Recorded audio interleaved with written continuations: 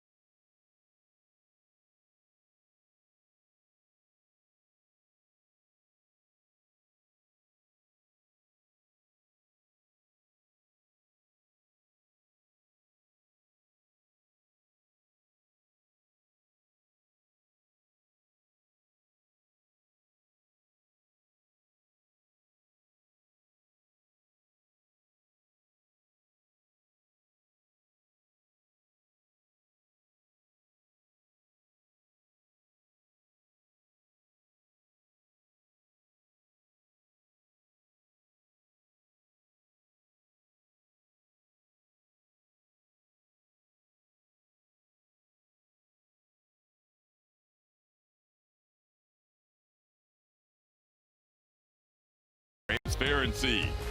By Arctic, overbuilt, not overpriced. And by Jack in the Box. Try the $4.99 Jack Spicy Chicken Club Combo with toasted sourdough. Getting the Yuli hair right is part of the pregame ritual as the Astros get ready to take on the Rangers. Game 2 of this 4-game series. We told you about Jose Altuve and the boys on the road a moment ago. With more on that, here's Julia Morales. Thank you, TK. I don't think we talk enough about Jose Altuve, especially with what he does on the road. It's pretty incredible, and I'm only half kidding. We do talk a lot about Altuve, but last night, 3 hits, a stolen base. For him, that's his 4th 3-hit game of the year, 24th multi-hit game of the year. No one should be surprised. It's what he does on the road. I'm going to give you a little sample size with our Toyota Get Out and Play of what I'm talking about when we say Altuve is pretty good on the road. Check out his last 7. He's hitting .581. Are you kidding me with that 1,500 OPS? And you remember the 10 straight hits and the 10 consecutive at-bats for him that he had on that last road trip, which includes these last 7 games, New York, Cleveland, on fire. He is so fun to watch all year long, but the numbers are almost impossible when you put this guy in the gray uniforms, and he hopes to continue that tonight against Doug Fister, who he's 4 for 12 off of. But I gave you a sample size. Okay, let's take it a little bit further than that. His last 162. So this is a full season on the road. Let's look at his numbers. 392 batting average for him, putting up 257 knocks in that time, 22 homers, can really send it out of the ballpark away from home. Just crazy numbers, guys. It is so much fun to watch Altuve, especially here lately, who seems to have really got something going on since middle of May. He is feeling good and looking good and is such a leader on this team. As he hits, the team hits. We've seen that too, TK. Those numbers are so crazy. I mean, who does that? To borrow Altuve's PlayStation type numbers. Oh my goodness, Jose Altuve over a 162 with a nearly 400 batting average away from home. Our Astros starting lineup presented by Southwest Airlines looks like this tonight. George Springer at the top, Alex Bregman, Jose Altuve. No Carlos Correa tonight, more on that a little bit later on. Still coming back from that little side injury. Yuli Gurriel hits in the cleanup spot. Evan Gattis has been hot in the DH role. Josh Reddick back in right tonight. Marwin Gonzalez the shortstop. Brian McCann, first game back after missing 9. And Tony Kemp is in left field batting 9th. Ex-Astro Doug Fister on the mound, right-hander for the Texas Rangers now in 11 starts. He has a 1-6 record. That only win this season was against these Houston Astros right here in Arlington, and that was his first start of the season. Since then, he spent a couple of days on the DL with a right hip strain. Since working back, he has not gotten much as far as run support is concerned, but a modest 4.13 ERA. He is heavy on the fastball, likes to use that 2-seam run on both sides of the plate against opposing hitters. A little bit of a reverse splits this year where righties have hit him a little better than lefties. The Astros will have 5 righties leading things off before he faced the left-hand hitting Josh Reddick. And then Marwin Gonzalez, a switch hitter, and Brian McCann and Tony Kemp. So stacked heavy to the righties at the beginning of the lineup and towards the lefties in the bottom half. George Springer just waiting to get in the batter's box, but Doug Fister, who's usually a fairly quick worker, ready to go before the actual start time. So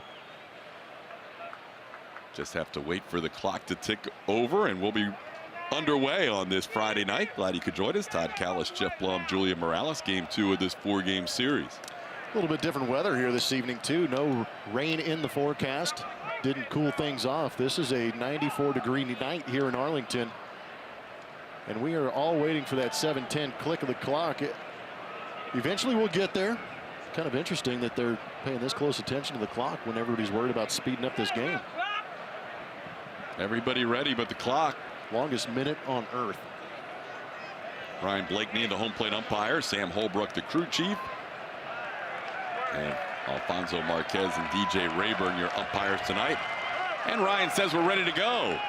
And Doug Fister delivers the first pitch and misses the outside corner for a ball. It's 1-0. Last night we were delayed about 40 minutes due to a rain delay. And tonight about 60 seconds due to a clock delay. Springer with a count of 1-1.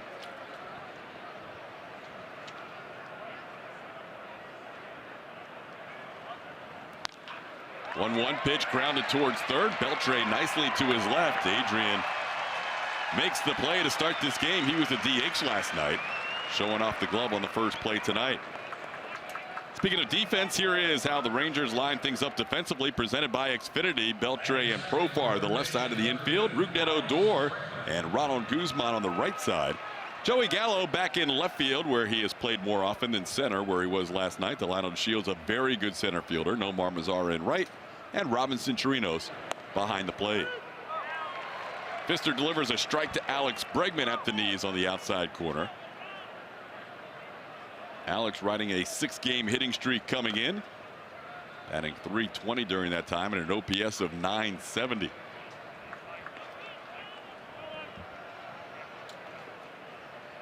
Bregman wrapped up the scoring for the Astros with that solo home run in the 8th. Final batter Cole Hamels would face. He's down in the count here, 1-2 to Pfister.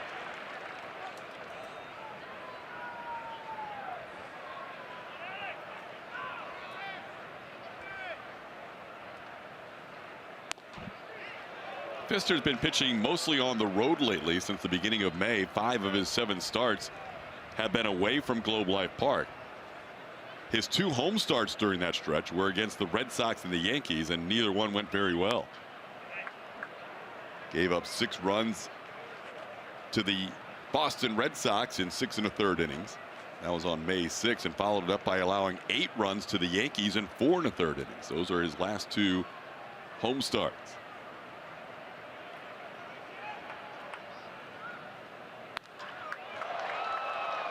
Bregman sends one to center field. DeShields makes the play for out number 2.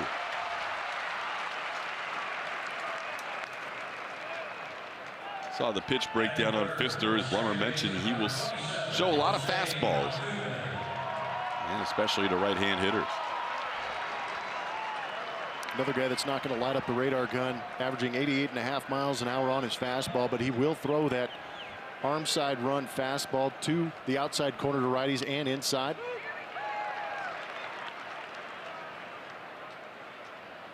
Average velocity on the fastball down a little bit more than 1 mile an hour from last year. Pitch misses outside to Altuve. Well, Julia gave you all the breakdown of Altuve on the road.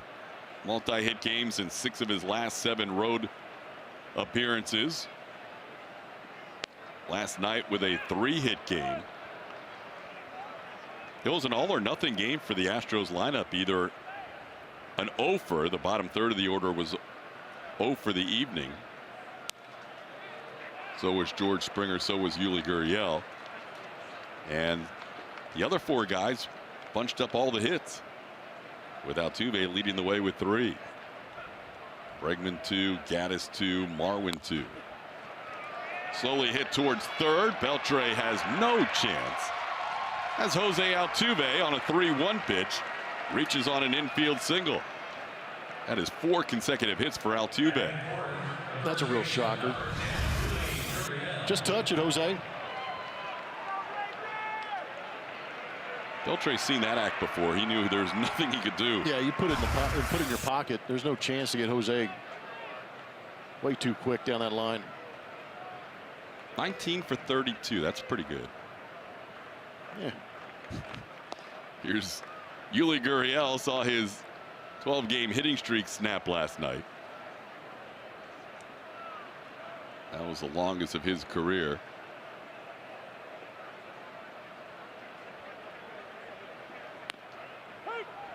Takes a called strike.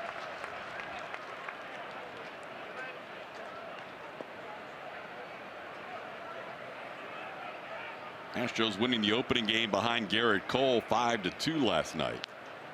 Altuve gets a throw to first, and he was almost standing on the bag when that throw was made.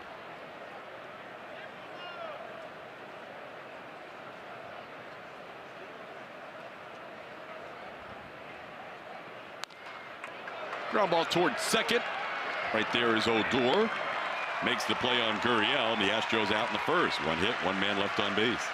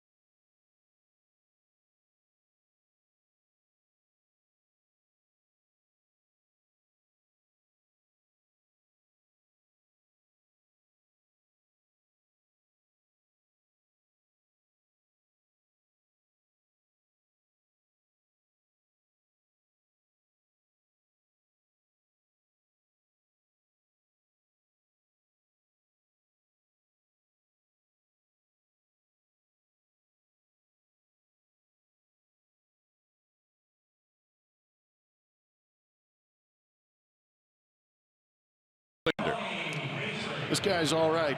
He's looked real good in that uniform. 13 starts this season, the 7-2 record, and 87 1/3 innings pitched. He has 104 strikeouts, 2,520 in his career. He is 5-1 on the road. Talking about all that Jose Altuve raking on the road. How about the pitching of Justin Verlander, a .44 ERA? Tonight is career start number 399 for Verlander. Only 2 active pitchers have more than 400 starts. Bartolo Colon of the Rangers and CC Sabathia of the Yankees. First pitch swinging is Chu and sends one deep to center field. Springer watches, and this is gone. One pitch from Justin Verlander, and Chu hits a home run. His 11th on the year and his 3rd career home run against Verlander. Saw the Rangers ambush Garrett Cole last night. They didn't make much contact, but they did right here early on for Shin-Soo Choo. Seen Justin Verlander over his career, but gets a fastball center cut. Kind of inside outs it. I did not anticipate this ball carrying that far.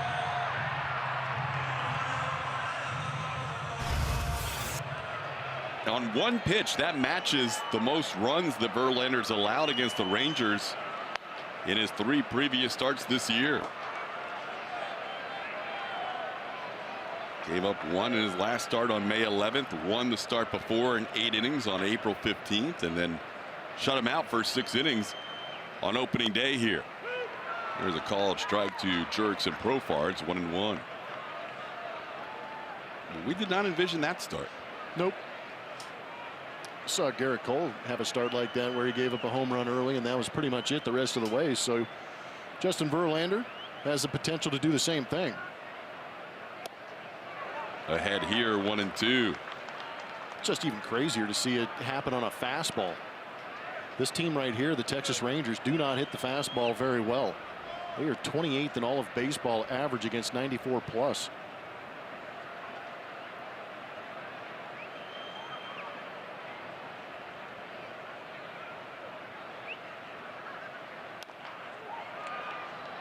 On the ground foul. It's still 1-2. Here's the Rangers lineup tonight for Jeff Bannister. At the top, you already saw Chu hit a home run. Profar at the plate now. Nomar Mazara, Adrian Beltre, Joey Gallo 3 through 5. Robinson Chirinos back in the lineup. Rougned Odor, Ronald Guzman, and Delino DeShields.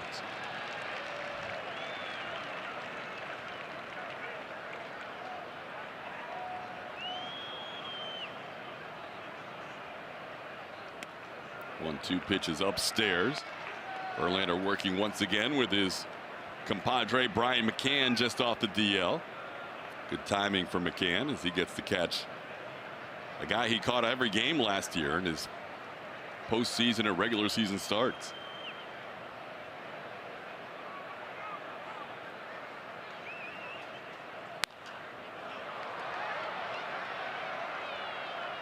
Out of play, stays 2-2 on Profar. Verlander pitching for the 2nd time in the month of June. He is the American League Pitcher of the Month for May. 5th time he's won that award. Pitching that Red Sox series on the 2nd of June. Ooh, good breaking ball. Strikeout number 1 for Verlander. Profar goes down swinging, and there's 1 out in the 1st. Good job by JV. Some of those pitches up in the zone are that fastball, opening up that down and in a little bit. Good put away pitch on our Mattress Firm Supermo. You see the spin and direction of that pitch down and in. The swing over the top.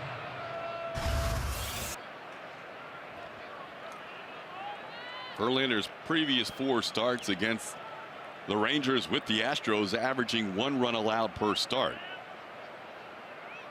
And the damage has been done with the home run, mostly solo home runs, but that's the 4th home run he's allowed against Texas as a member of the Astros, and they've scored a total of 5 runs.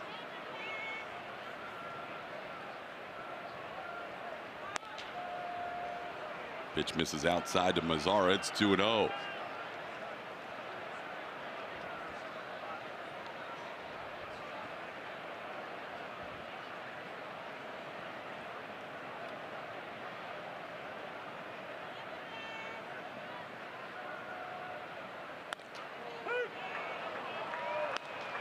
There's a high strike. Mazzara wasn't sure. It's 2-1. Yeah, that could really benefit Justin. Getting pitches up in the zone like that. A lot of these Ranger hitters do not like the high fastball.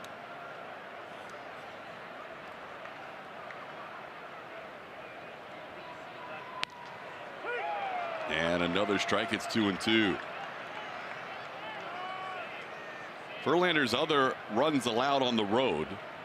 2 earned runs coming into tonight. Start against Arizona, allowed a run, 1 earned run and 1 unearned run, and then the start at Yankee Stadium, a solo home run for his only other run allowed on the road before the Chu home run. Since the home run, though, he's come back and picked up a couple of swinging strikeouts, getting Mazzara after Profar. It's that power slider down. Does a good job. You can see this is the only pitch down below the middle part of the zone. And he does that by setting up the fastball up in the zone to get the power slider down. It's pretty unique to know that this guy's going to attack you that way. He's highly successful at doing it. A lot of it has to do with the velocity he has and also the movement he creates on that slider. These Rangers against the breaking ball from Verlander, hitting .069. As good as he's been against the rest of the league with all of his stuff, the Rangers really having trouble against that curveball or slider. There is a strike called. It's 0-2. Beltre wanted to check with first. That was a called strike. Yeah, how about checking the zone?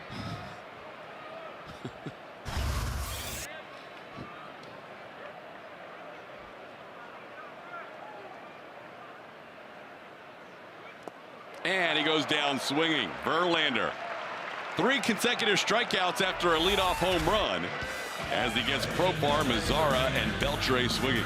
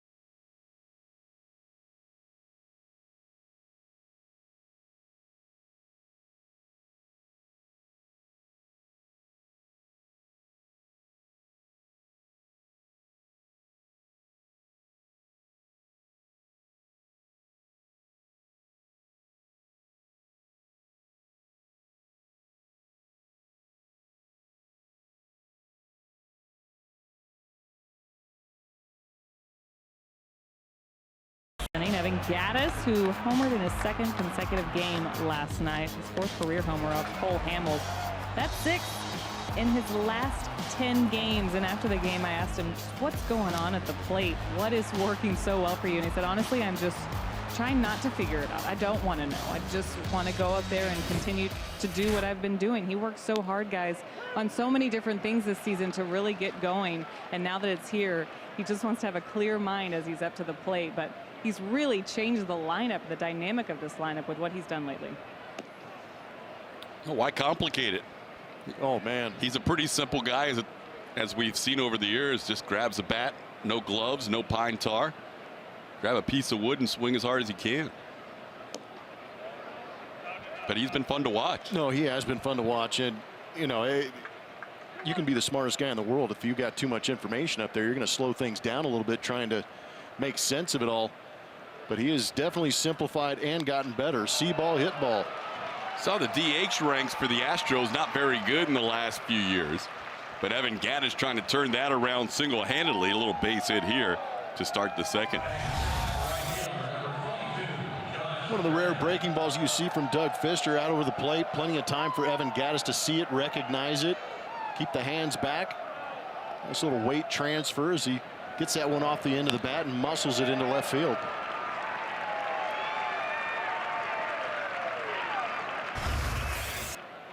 That'll bring up Josh Reddick. Heard a few woos here in Arlington. Astros fans in attendance tonight at Globe Life Park as Reddick takes one inside for a ball, 1-0. Josh didn't play last night with the lefty Cole Hamels starting. He went 1 for 4 in his return from the DL on Wednesday against Seattle. And he hits one hard, but he hooks it foul and bounces into the crowd.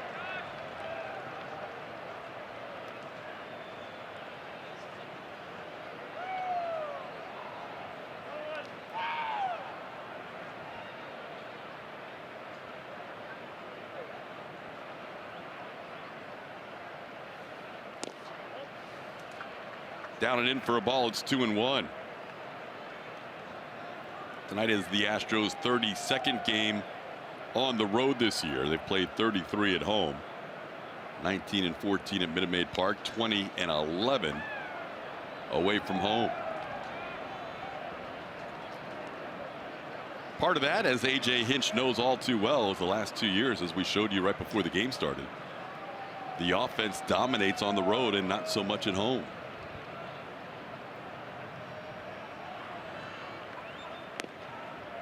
Fister misses with the 2-2 pitch. Now Reddick has a full count.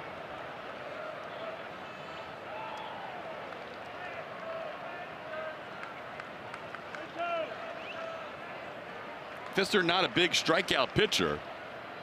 Evan Gaddis not a big time stolen base guy. We'll see if the Astros put Gaddis in motion on this 3-2 pitch. As much as we've seen the Astros roll into double plays, might not be a bad idea just to create some movement out there, maybe get somebody to cover, open up a hole for Josh Reddick. Last 3 starts, 16 and a third innings, only 5 strikeouts for Fister. He goes, the pitch is outside, ball 4. So Reddick draws a walk. Astros have the first 2 on in the second inning.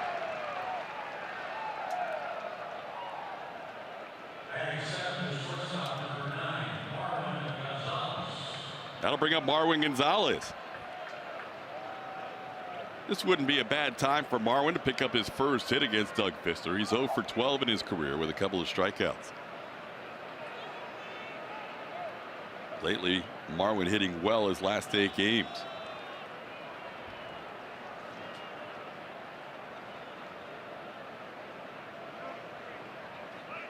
He's around a bunt and bunts it up in the air, foul.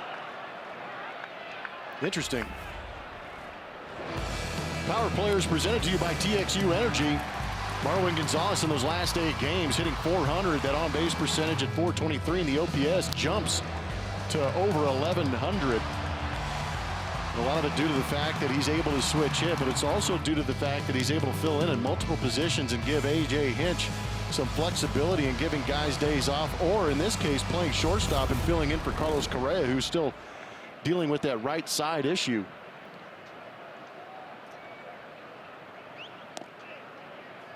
Marwin probably realizes his former teammate Doug Fister's had the better of him through their career, so around a bunt, his first pitch. There's good evidence on him being able to play everywhere. Second start at shortstop tonight, mostly in left field and first base. And not just filling in a defensive spot when he plays those positions. Yeah, he is above average at all those positions. It was pretty amazing. I'm sure that he didn't realize when he was coming up through the minor leagues and playing the first couple of years in the big leagues that he'd be in the World Series playing left field. Natural middle infielder by trade, but the athleticism and the arm to be able to travel all over this ballpark and make some plays. Down in the count here, 1-2. Takes one in from Fister. It's 2-2.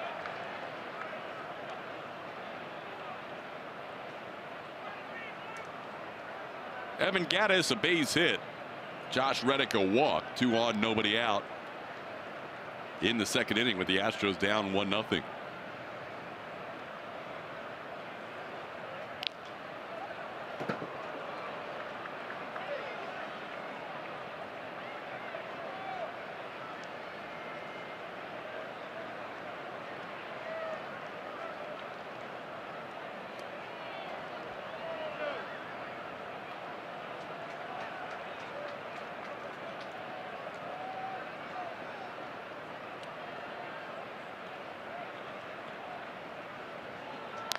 There's a ball hit hard into right center field. Base hit. Gaddis will score. Heading to third is Reddick. Reddick will be held up. Astros tie the game at 1. Marwin Gonzalez, his first career hit against Doug Fister, and he drives in a run.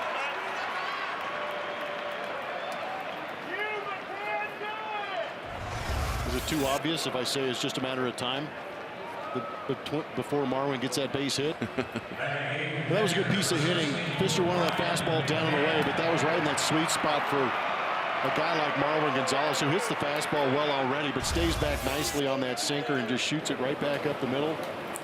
And again, he is having a ton of opportunities with runners in scoring position, and he's starting to get some of those big hits. Now Brian McCann bats for the first time in close to 2 weeks. McCann missed 9 games due to a little right knee soreness. Good to see him back in the lineup in the number 8 spot as he takes one inside for a ball, 1-1. Right away, McCann with an opportunity to drive in a run. Infield back on the right side, although they're kind of in a tweener zone, maybe halfway, as Marwin checked it first. Ball on that right side, they'll have to determine in a hurry whether to come home or if they think they have a chance at a double play. Yeah, I really think that up the middle, if you can call both those guys up the middle, they're turning 2. The guys on the corner are going to take a peek home and see if they have a shot at Josh Reddick, because he still runs pretty well. And he gets really good secondary leads. He's got a big opportunity with Beltre playing off the bag. Well, I was just going to say the same exact thing. That's a great shot. He can usually, if you're watching the third baseman, you get off that base as far as he gets off the base. High pop fly in the shallow center field. DeShields comes in. He'll have a play. Reddick will bluff a go, and he will stay at third. So McCann pops up for the first out of the second inning.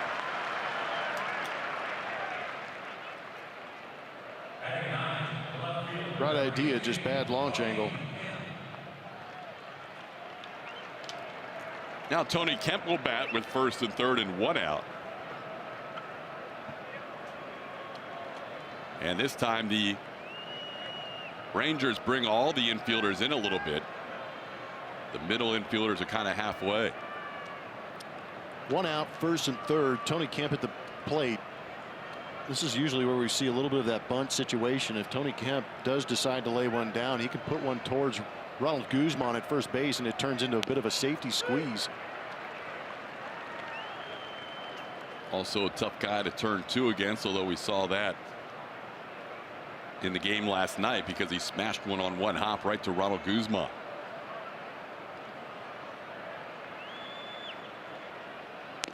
A 1 pitch is a strike. It's 0-2.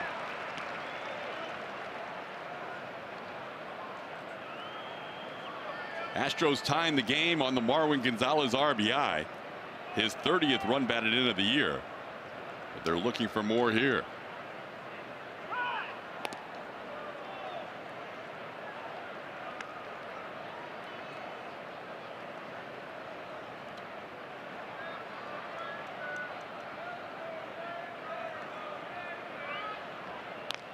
There's a ball on the ground, and it is a stop by Odor. Throws to Guzman off the bag. Everybody safe. Astros lead 2-1.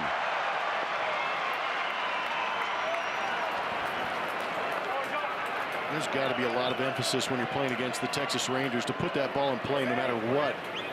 Force that defense to make a play. Ruben Odor actually did make a very good play, ranging to his left. But had to come up quick to try and get Tony Kemp. But check out Marwin Gonzalez. Marwin doing a little bit of a dance move. It might have been an easier play for him to go to second base. But it's tough as a fielder to recognize what that runner's doing as you try and lay out and make sure you get at least one. It's a couple of large bodies meeting at first base. Pfister and Guzman be power forwards if they want to on a basketball team, and those guys both were figuring out who needed to cover first. So an infield single for Kemp, and the Astros lead 2-1. Tony Kemp with 10 RBIs now since being called up from AAA Fresno. Now George bats with a 1-0 count. Fouls one back.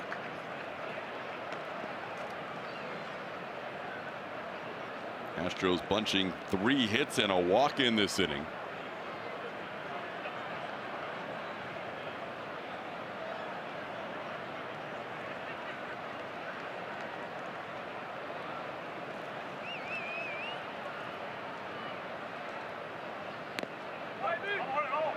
And it's inside 2-1. Well, that's what we're talking about when you mentioned the importance of moving a baseball in that situation. Kemp's down in the count. Pfister is not a big strikeout guy, 38 strikeouts, 61 innings. Kemp's a pretty good contact guy. So the odds were in the Astros' favor, but still to put a ball in play, huge there just to make sure you get that 1 run in, and now it could create a big inning. George takes one inside. He's in a good hitter's count here, 3-1, with runners on first and second and 1 out. George has hit 9 home runs against the Rangers since the beginning of last year. Chops one foul off his foot. May have seen that note right before that pitch. Swing strike rate lowest in Major League Baseball. Yeah, there's no panic against a guy like Doug Pfister. Again, 88 to 91 with that fastball. A little bit of two-seam run on it. But that's really not a velocity that's going to force a lot of hitters to panic. And as little as he throws his secondary pitches, it tells you he doesn't have much confidence to go get the swing and miss on those either. Keeps looking back at Marwin, who's not that far off the bag.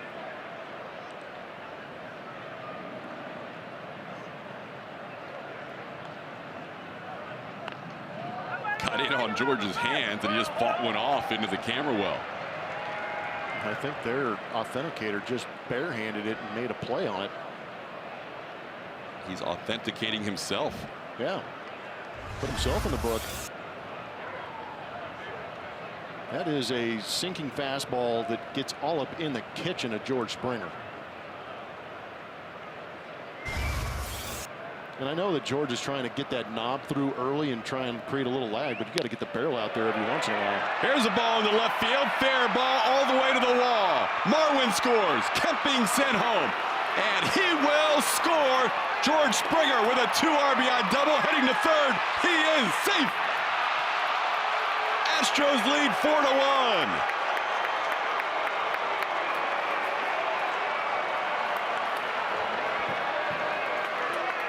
Not sure who made the choice to throw George Springer a breaking ball after absolutely blowing him up inside. Usually when you start to tie guys up with the fastball, you just keep pounding it in there until they prove that they can hit it. But he did him a favor by throwing him a breaking ball up out over the plate. Plenty of time to see it. And again, we talked about the secondary pitches.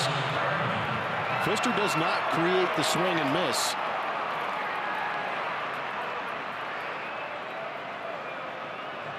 All smiles.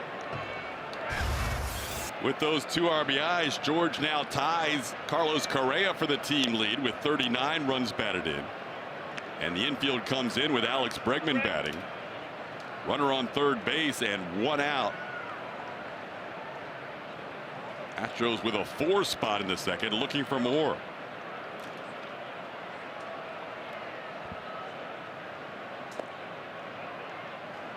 Two and 0.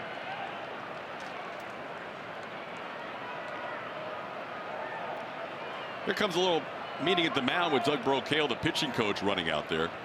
You know, going back to the Springer at bat, and it's hard to play psychologist and know exactly what Doug Pfister's thinking, but to me, when a pitcher is making that little inside move, looking at second base a couple of times, he knows he's down in the count to a very good hitter, and it's an uncomfortable time. And it's almost like it's a stall tactic, just kind of resetting the clock. But he had to make a tough 3-1 pitch. He got in on George a couple of times there. You saw all those pitches inside, but then You're right. That 3-2 pitch was not a wise one.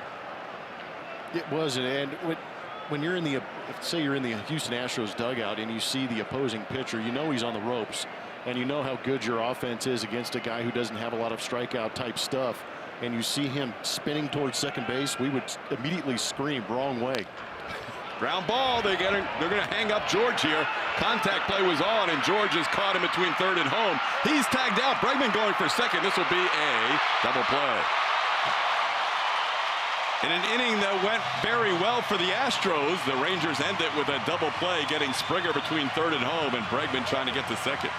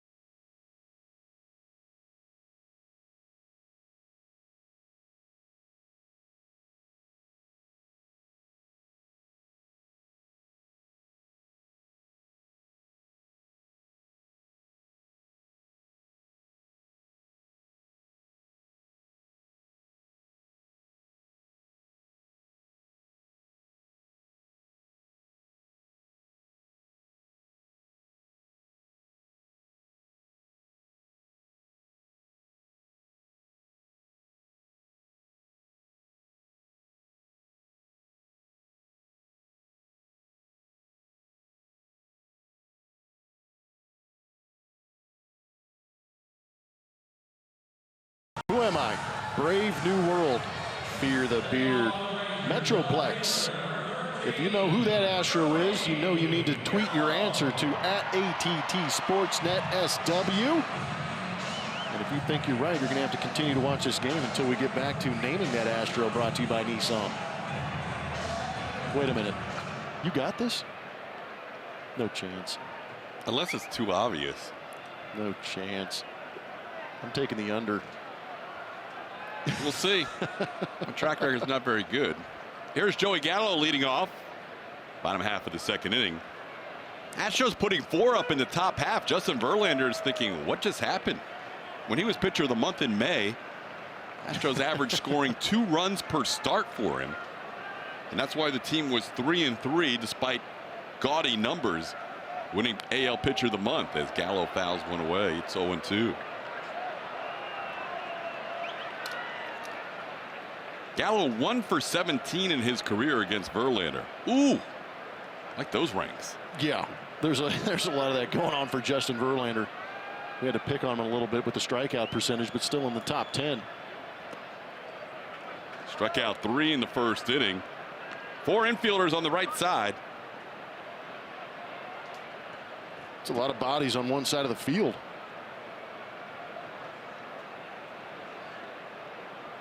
You know AJ loves this, right? Oh, yeah. He just says Gallo will not hit a ground ball to the left side, and if he does, it's there for him. Spins a breaking ball inside. It's 2-2. Yeah, we can go on and on and on about Verlander and what he's done this season, what he's done in his whole Astros career, including the postseason or just regular season starts. It's all off the charts. It's becoming legendary. Swing and a miss. The breaking ball gets Gallo. 4 consecutive strikeouts for Justin Verlander.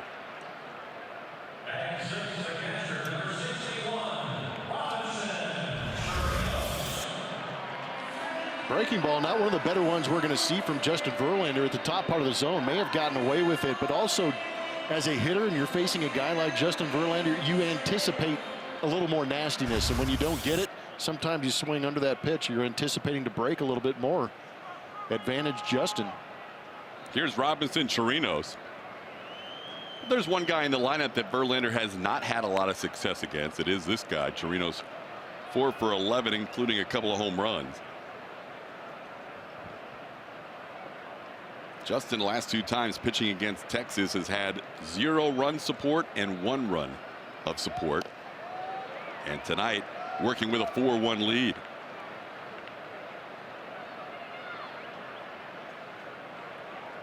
Yeah, I think the guys gifted you the name that Astro. There's a lot of people on Twitter getting a really good double thumbs up answer on that too. Congrats though. Thank you. Take it when I can get it. 2-1 the count.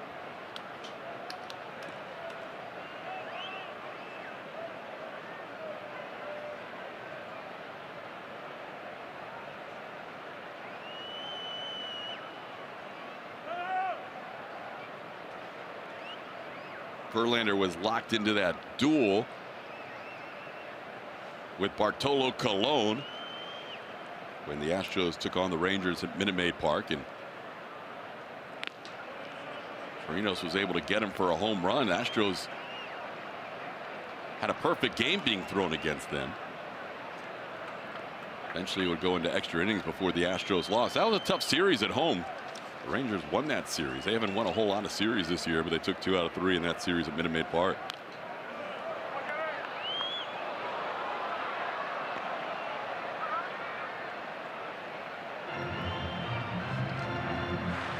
This game on April 15th. There is Big Sexy. Tied Juan Marichal for the all-time wins list for a Dominican-born player. He will get to hit in his next start. It's always entertaining. Is the game going to be home? They play the Dodgers next as Chirinos swings and misses. That is 5 in a row for Verlander. Come out to the ballpark for Astros baseball on Friday Night Fireworks, presented by Occidental Petroleum. 2 weeks from tonight, the best fireworks show in town will be synced to superhero songs. Visit Astros.com/Friday nights for tickets.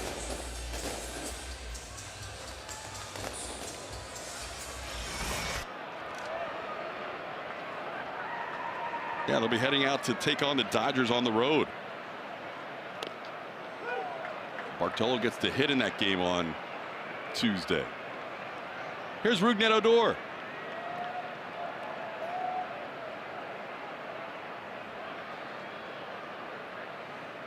How about Verlander? He has just dialed it in since that leadoff home run. He said, I'll spot you 1 pitch in a solo home run, and I'll strike out the next 5 and get ahead 0-2 on Odor. Yeah, I think Chu poked the bear.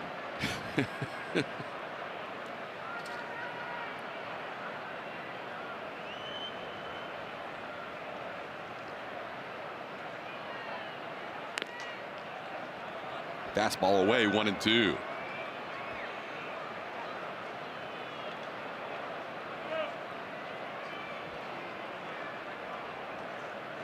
Twice as an Astro in 4 starts, Verlander has struck out 11 Rangers.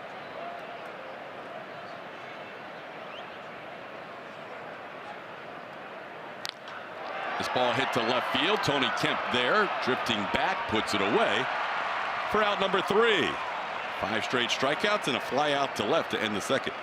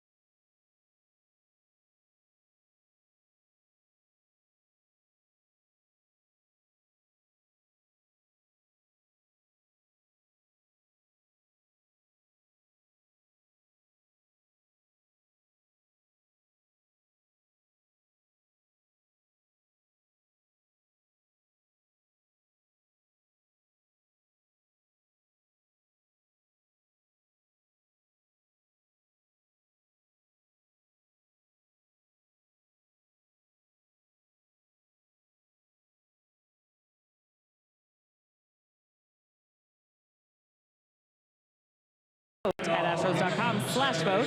Catch all the excitement of the 89th MLB All-Star Game presented by MasterCard July 17th on Fox. Hoping to see Carlos Correa there. We do not see him in tonight's lineup once again, though, guys. This is the second night off for him. Had that right side soreness. They are taking it slow with this, but they did get great news. We talked about that yesterday. MRI came back clear. Nothing going on there. Has not felt pain since he did 2 nights ago in that one at bat in the 7th inning. That's when he left the game. But he's doing some medicine ball stuff behind the scenes, resistance training. Hopefully, we're hoping he gets back in this series, but there is a chance, guys, that he doesn't come back until after the off days, so that would be in Oakland. They're just a little fearful of some of those off-balance throws, maybe the check swing, things that you use your core for, so they are taking it very slow with Correa. As Correa said, I'd rather it be 2 days than 2 months. Yeah, I'm good with 1 day too late than 1 day too early. Pfister, a magician on that play.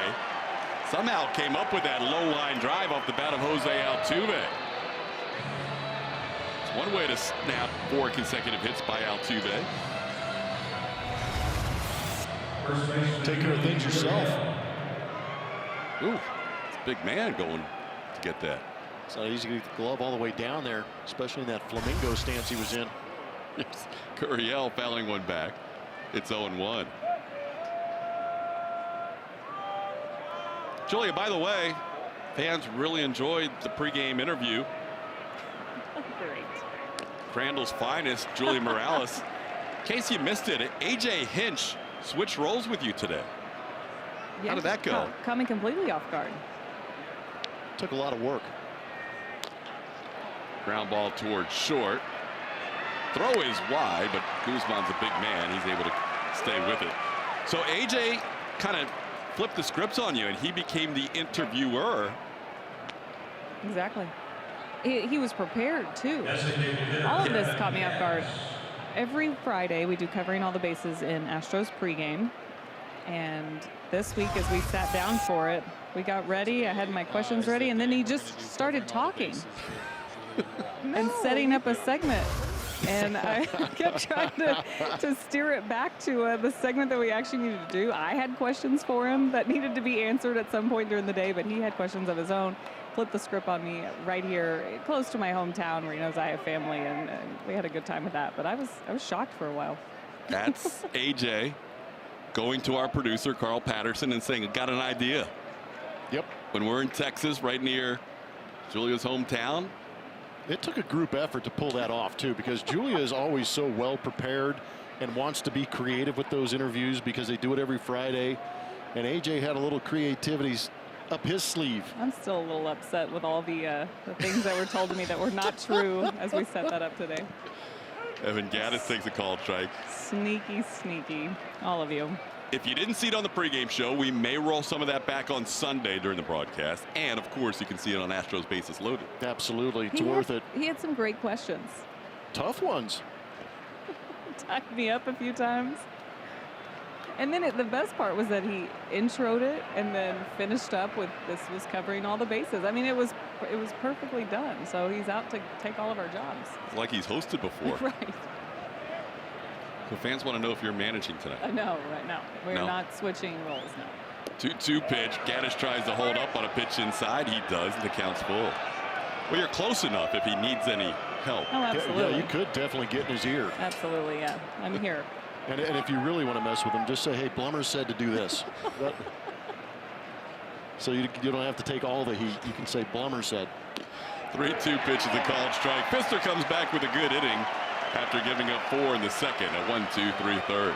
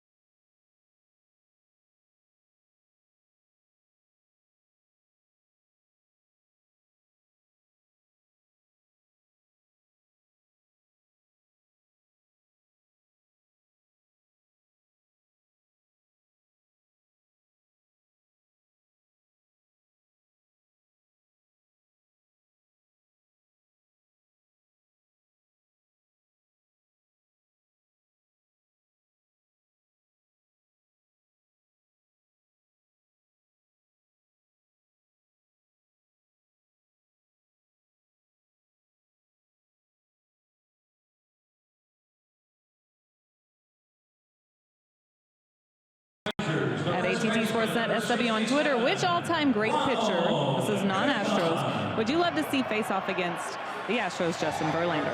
Sandy Koufax, Dwight Gooden, Pedro Martinez, or maybe it's someone else?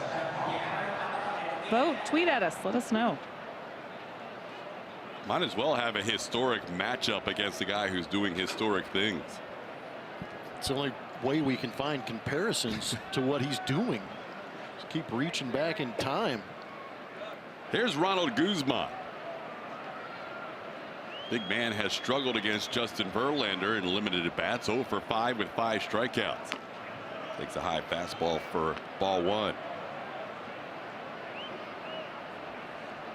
Guzman 3 for his last 25 over his last 8 games. Made his big league debut against Houston at Minute Maid Park on April 13th.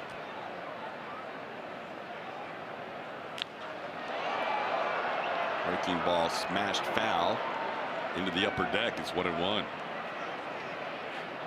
It'll be Guzman, Delino to Shields, and then the top of the order, Shin-Soo Choo. Choo with an opening home run on the first pitch thrown by Verlander tonight. Since then, 5 strikeouts. And he got Odor to fly out to left to end the second.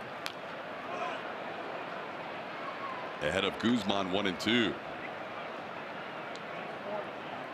The raw numbers are good enough for Verlander in his 18 regular season starts.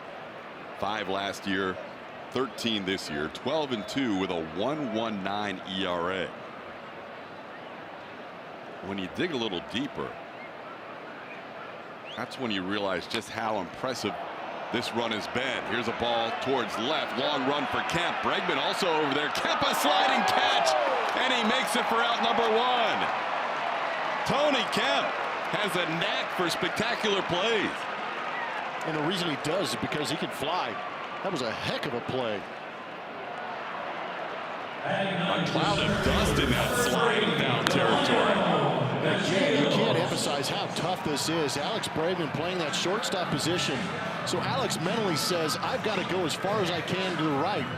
And then you've got Tony Kemp out there who can run a little bit. And he basically overran that ball and had to reach back on the slide to make the play.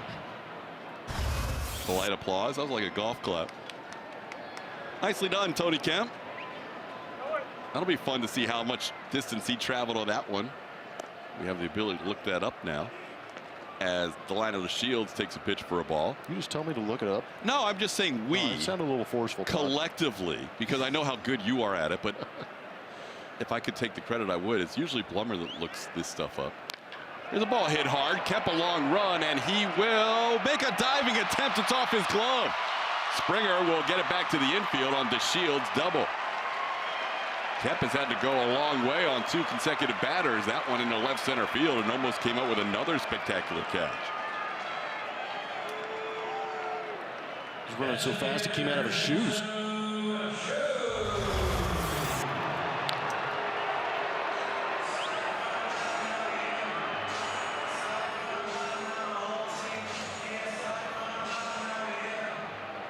Almost. Pretty impressive stuff. Just getting back up in a hurry, too, after that diving effort. George Springer was there to throw the ball back in, making sure DeShields didn't get to third. Now here's Choo. Homer on the first pitch he saw tonight. And Verlander delivers a strike. Yeah, Tony Kemp was flying on that ball he caught. He was going 28.8 feet per second. Covered 121 feet in 6 seconds. Woo! 40-yard dash. Floating.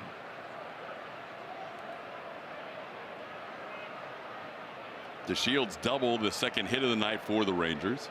It was a 64% catch probability. I think the hang time kind of affected that a little bit. 1-1 the count. Choo came in with a 176 career batting average against Verlander. That included a couple of home runs and also 33 strikeouts and 75 at bats.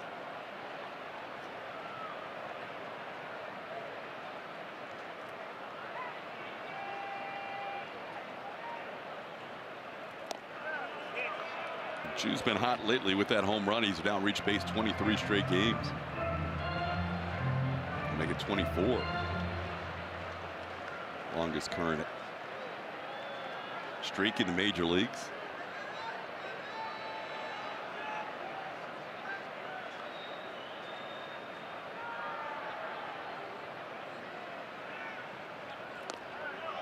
Strike called, 2-2.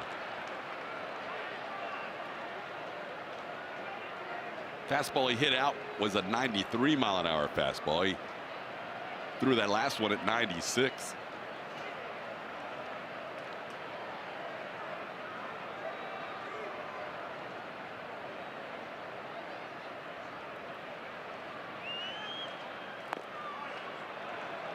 This is inside, 3-2.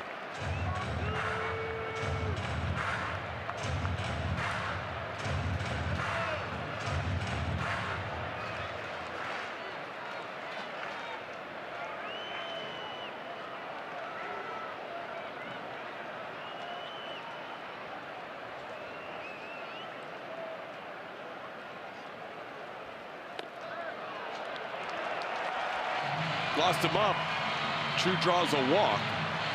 The Rangers are up first and second now with 1 out. In the Anderson strike zone kind of showed you that he was all over the edges of that, unable to get some of the calls.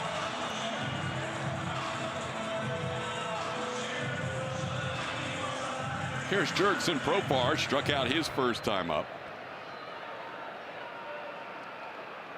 It's the portion of the lineup where Verlander struck out 5 in a row. Profar all the way through Robinson, Chirinos, the 2 through 6 hitters.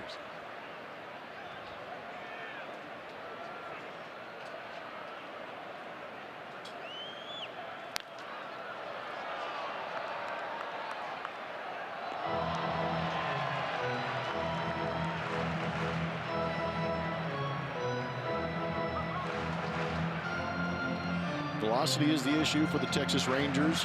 94 plus. They're hitting 208. It's just interesting to me to see that the Rangers are not very good at hitting the fastball, because typically teams that can go out there and crush drive baseballs out of the ballpark usually do it on the fastball. They like to ambush it early in counts. They like to sit on it and usually swing and miss at the breaking balls. This one lofted into left. Easy play for Kemp as he comes in. Puts it away for out number 2. Profar retired.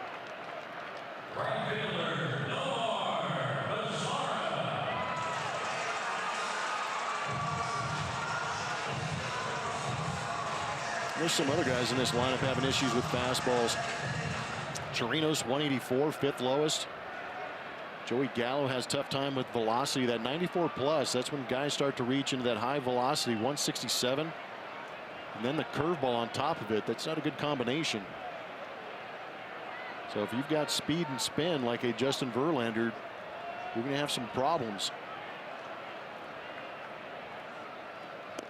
And those are your home run hitters. I mean, Gallo 17, Mazzara 14. Chirinos has 8. But not a very good average against the fastball. Mazzara down to the count 0-1. Because usually you see guys just pick one and just sit on it. And if they get it, they rage on it. If they get the off speed, you see big swings and misses like you just saw with Mazzara.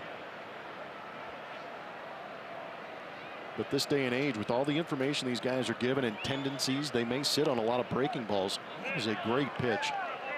Verlander thought it was a strike. McCann thought it was a strike. Mazzara thought it was a strike. Oh. Split the plate. That's frustrating. Brian McCann's having a conversation right now. Yep, you can see Blakeney talking back. Just outside, 2-1. We saw that with Garrett Cole last night. Some of those pitches down in the zone. He even talked about it after the game, saying that he threw some good breaking balls down in the zone, didn't get the call, but he was very polite in how he went about talking about it. But it's also interesting to see how some of these veteran guys go about their business, knowing that they're not getting some of these pitches, and just continue to fight.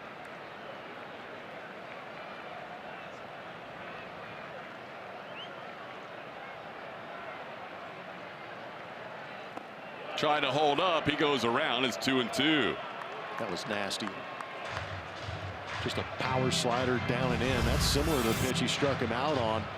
But out of the hand as a hitter, you're trying to get to the heat. And by the time you recognize it's not, it's breaking down out of the zone.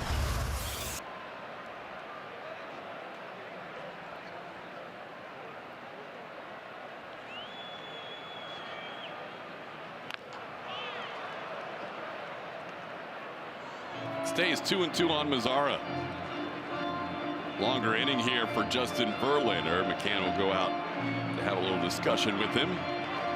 Warm night in Arlington. Verlander normally around 15 pitches an inning, 15.1 to be exact, which is the lowest of his career. Tonight he's going to be at 17 pitches per inning if he gets out of this inning with the next one.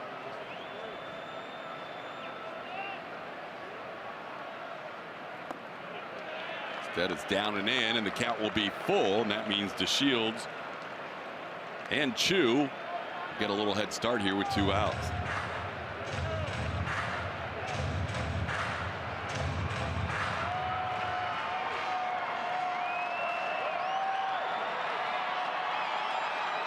Pretty big pitch early on for Verlander. Ground ball, base hit into right field. DeShields will score. Reddick cuts it off. Chu is being waved home. And Josh couldn't quite find the handle on it. 2 RBI double for Nomar Mazzara.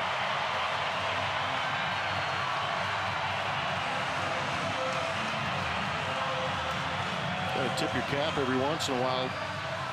Although earlier in the count, Justin probably should have been ahead 0-2. Instead, he had to fight through this AB, and that slider kind of flattened out a little bit and stayed in the zone. That's what allowed Mazzara to get the barrel to it and rake it in between Yuli Gurriel and Jose Altuve, who was playing plenty deep. And then in the attempt to slide, some issues out there for Josh Reddick, getting the baseball back in, allowed Chu to score. That's where getting to 3-2 really hurt. Now Beltre, who has good numbers against Verlander, fouls one back.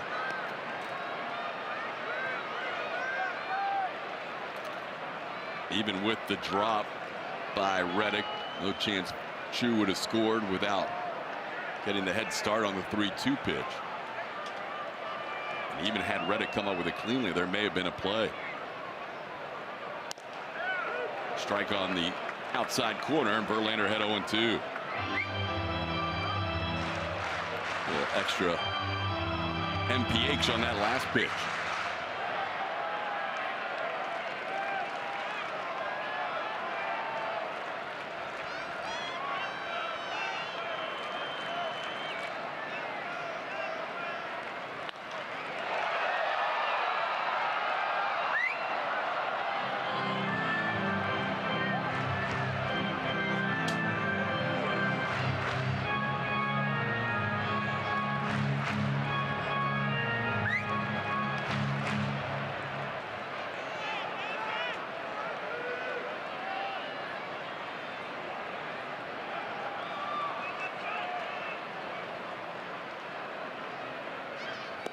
Swing and a miss. Verlander gets Beltre to end the inning, but the Rangers make it a 1-run game on the Mazzara 2-out, 2 RBI doubles, 4-3.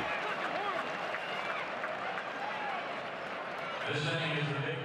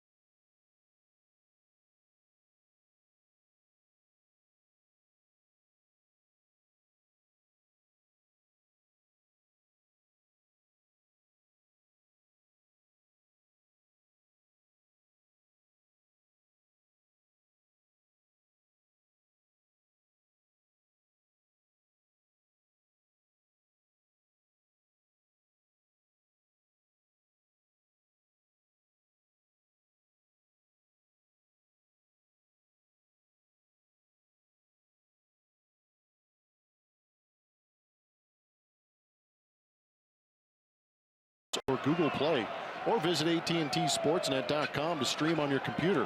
Log in with your cable account and you're all set. Available for those with the AT&T Sportsnet in their TV subscription. Blackouts and restrictions apply. Josh Reddick leads off the 4th inning. Astros now lead by a run. Reddick walked and scored a run his first time up. A rare night where Verlander allows 3 runs in a start. Only second time in his Astros career that has happened.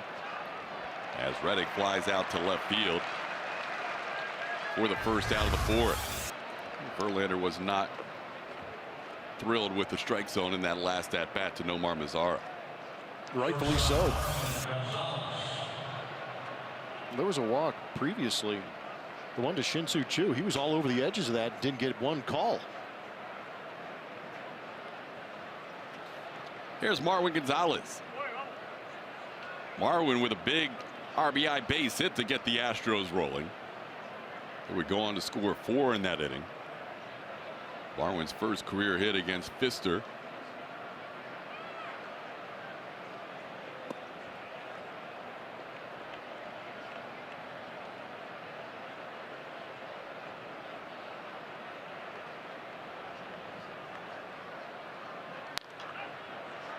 Two-0 pitch is fouled out of play.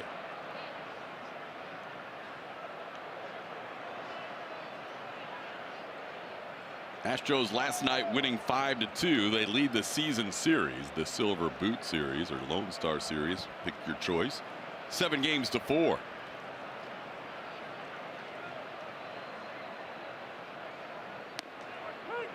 There's a strike called. Marwin didn't like the call. 2-2.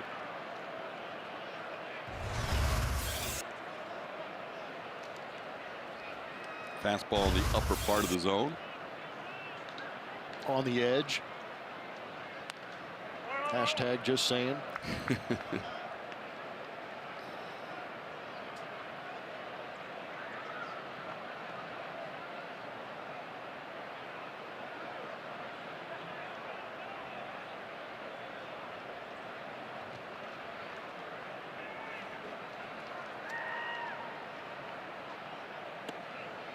Called 3rd strike. Pfister chops in a curveball to get Marwin looking for out number 2. Second strikeout for Pfister. He's now retired 6 in a row. You got to be careful with Marwin. You got Carlos Correa back there. Man, oh man.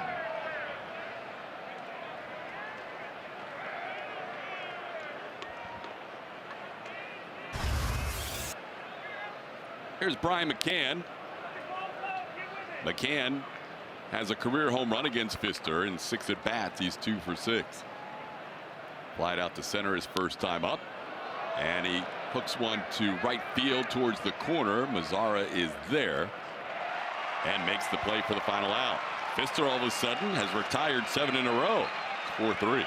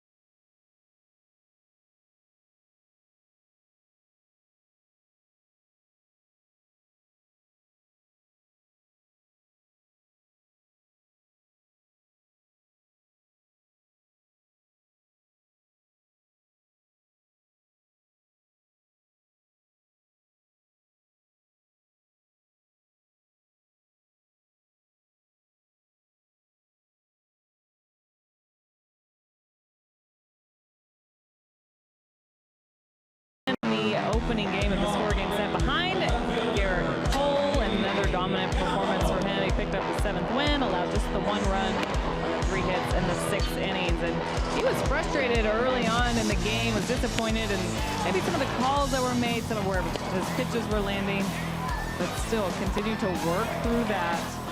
And for him, he said everything was working. All of his pitches were on last night. They were very good, and you rarely hear him say that. After interviewing him after each start, I've learned that about him. He is a perfectionist, and he's always wanting a little bit better from himself. But last night, he felt all of his pitches were really good. So that was good to hear from Garrett, who had a couple of starts where he was disappointed in some things, was wanting to adjust, work. So for him to say that, that's a little scary if he can get on a roll. I don't know how you get much better than what he's done so far this season, guys. Well, so we were talking about it before the game. So much fun to watch every start that he makes. He's such a competitor. He kind of wears his emotions on his sleeve a little bit, and then he channels those emotions in a positive way. It's amazing. To like Julia's point, I mean, these guys are constantly working to get better at some of these pitches that they have. And we literally saw him working through that last night. He had the stuff that he wanted. He was just having a tough time locating it. And eventually he didn't get some calls, but didn't get flustered. Just got mad and got better in the zone. It was impressive. Joey Gallo with a 2-1 count.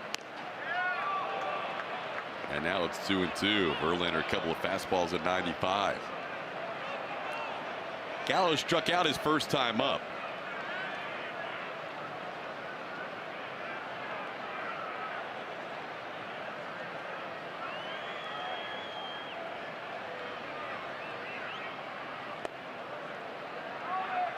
Counts 3-2.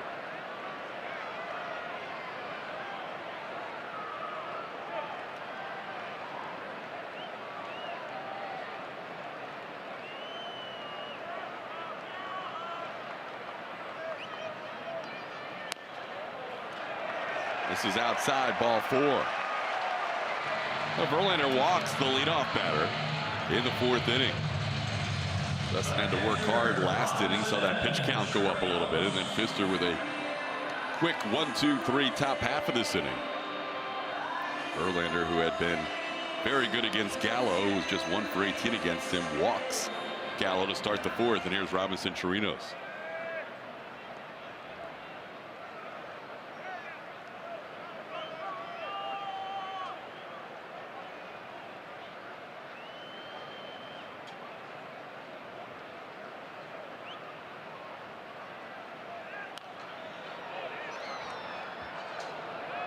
Tonight, Verlander's allowed more earned runs in this start, just 3 innings in, than he had on the road all season long. 6 road starts coming in, 2 earned runs. Tonight, 3 earned runs in 3 innings.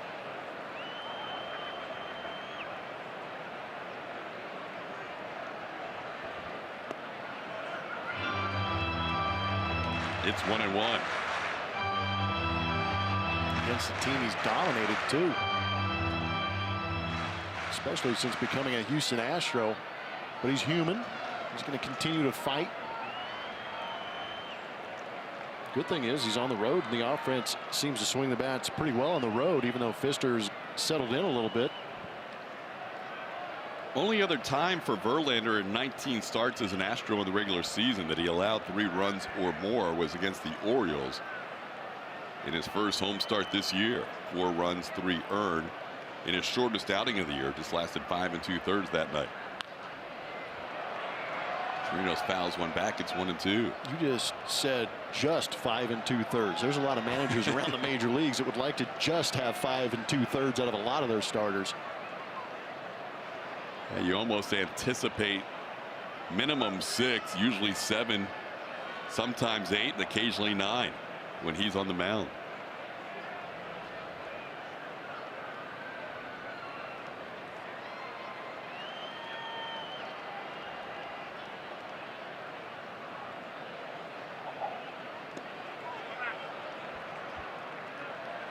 Blocked by McCann. It's 2-2. Good job by Brian.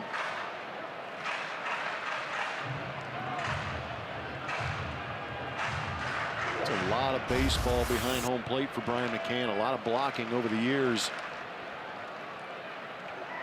The Astros using that 10-day DL to their advantage to keep Brian McCann fresh. Swing and a miss. Chirinos goes down for the second time. That's now 7 strikeouts for Verlander and 1 out in the 4th. League leaders are presented by Houston Methodist. Since the beginning of his Astros tenure, that 1.19 ERA coming into tonight, by far the best. Only Corey Kluber, the other pitcher, under 2. And those are just regular season numbers for those guys. If you take into account some of the postseason numbers, you actually create a little more separation between Justin Verlander and Corey Kluber. Saw in a recent article on SI.com, since joining the Astros, regular season starts, ERA plus number is 3.29. Could you explain that to me, Todd? Well, it's going to take a while. Because that is a massive number. 100 is average. Yes. 3.29 basically means, we're going to condense it down to its most common form. He's basically a little more than 3 times better than the average pitcher. And to put it in context, nobody else over a full season in their 30s has ever had a 300 ERA plus. The closest being Bob Gibson in his 30s with that 1968 season. Now tonight that number is going to unfortunately dip a little bit. And it could go right back there with another strong several outings from Justin Verlander. 1-0 the count to Rougned Odor. Fouls the breaking ball. It's 1-1. Still an amazing number. And right now he's passing all the peripheral tests. He's passing all the standard number tests. He's also passing the eye test. Everything we've seen from him this season has been absolutely dominant. Very possible we could be seeing the best of Justin Verlander at age 35. He is always in a quest for more knowledge, and this is a good team to go to when you're looking for more knowledge. He has dived right into all the analytics. He is healthy. And we've had some write-in votes for Bob Gibson, including one from Michael. Rightfully so. The competitive nature of Verlander and Gibson. Oh.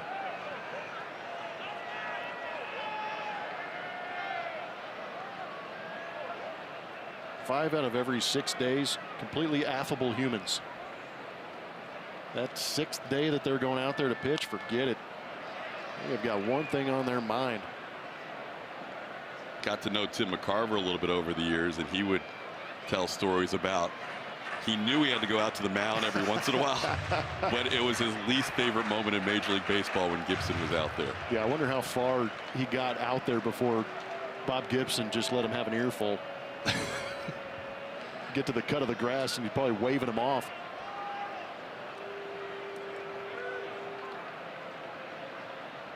One and 2 the count to Rougned Odor. Swing and a miss. Odor goes down for strikeout number 8. So after a leadoff walk to Gallo, Verlander striking out Chirinos and Odor, 2 outs in the 4th. Great job, and I think that swing from Odor is league wide. Not to be picking on Rougned Odor, but a lot of guys in 2-strike counts are going down to that knee. They're still trying to do damage in 2-strike counts, and that's what Justin Verlander uses to his advantage. Yeah, we've mentioned it on previous broadcasts. The 2-strike approach is pretty much out the window now. Here's Ronald Guzman. Guzman sends one way up in the air, shallow right field. Josh Reddick camps under it, and he puts it away for the final out. Leadoff walk is stranded. We head to the 5th, still 4-3.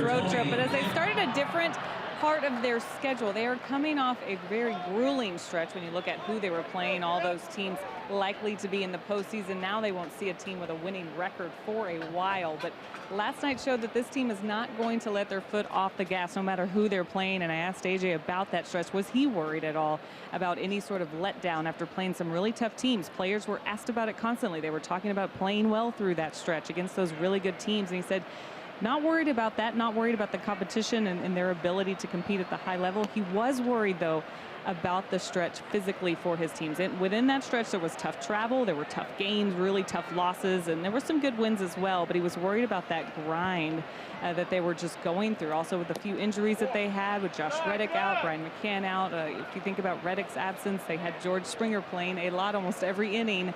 And then, of course, with Evan Gattis playing so well, guys, that changes things up for AJ as well in that DH spot. We've seen him use the DH spot to give guys a break here and there throughout the season. Can't really do that right now with the way Gattis is swinging the bat. So that's the one thing he was concerned about, but loves the way that they go out there and compete no matter who they're playing. No, not only did they go through that stretch facing the other three teams in the ALDS in succession, Cleveland, New York, and Boston, but they did so without the benefit of an off day. As Julia mentioned, it was a grind. They came through all that.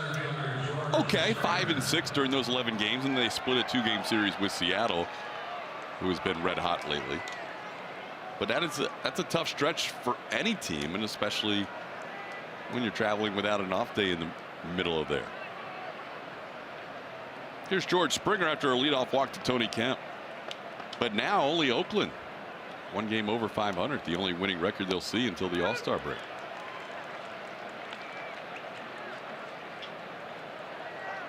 As a player, you go through those tough stretches. You battle, you fight, you grind, whatever the word is you want to talk about, getting through some of those tough pitching staffs. And then you find yourself on the other side. And I'm with AJ. I don't believe that these guys are going to have that mental lapse or that physical lapse. They're going to continue to go out there and battle because they know they can go out there and get some big numbers against some of these staffs that they're going to go out and find. It's like facing the ace. You just try and salvage a 1-for-3 or a 1-for-4 against an ace, and then you go out there against a 3-4-5 and try and put up some big numbers. George grounds one to Beltre, and they turn a double play. That is the 4th consecutive game the Astros have hit into at least 2 double plays. 9 in the last 4 games. Yeah, they got creative earlier in the game with George getting caught at third base and Bregman at second base. But right here, a traditional around the horn, third to second to first for another double play. 58 now on the season. We keep saying it's going to even out, but the other team hasn't hit into any double plays during this stretch. 9 double plays in 4 games as Bregman sends one deep to center field. DeShields on the move, still going back, looking up, gone! Alex Bregman, straight away center field. His 8th home run of the year, and the Astros lead this game 5-3. What could have been without that double play ahead of him.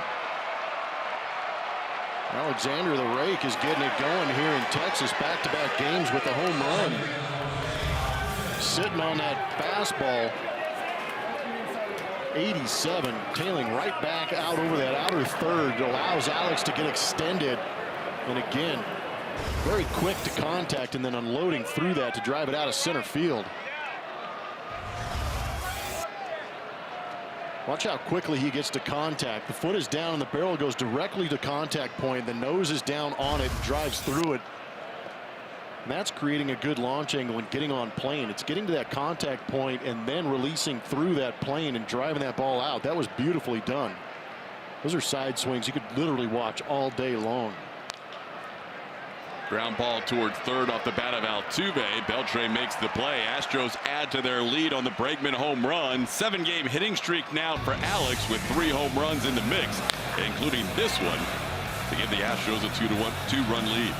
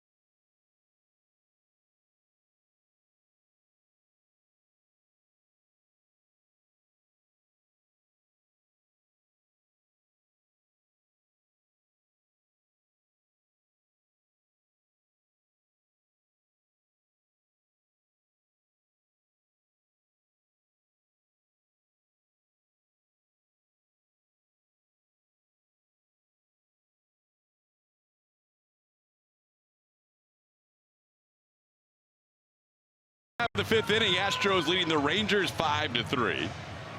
Justin Verlander back out to work with a 2-run lead now. And he'll face Delino DeShields in the top of the order, Shin-Soo Choo and Jurickson Profar.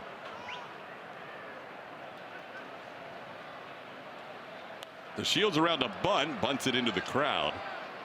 Delino doubled his first time up, but lately he has been struggling, batting .136 over the last 28 games.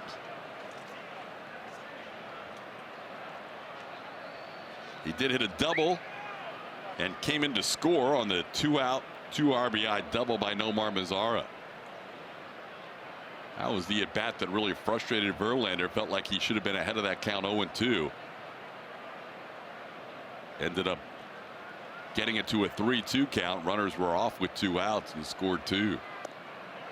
Pitch misses to DeShields. It's 1-1.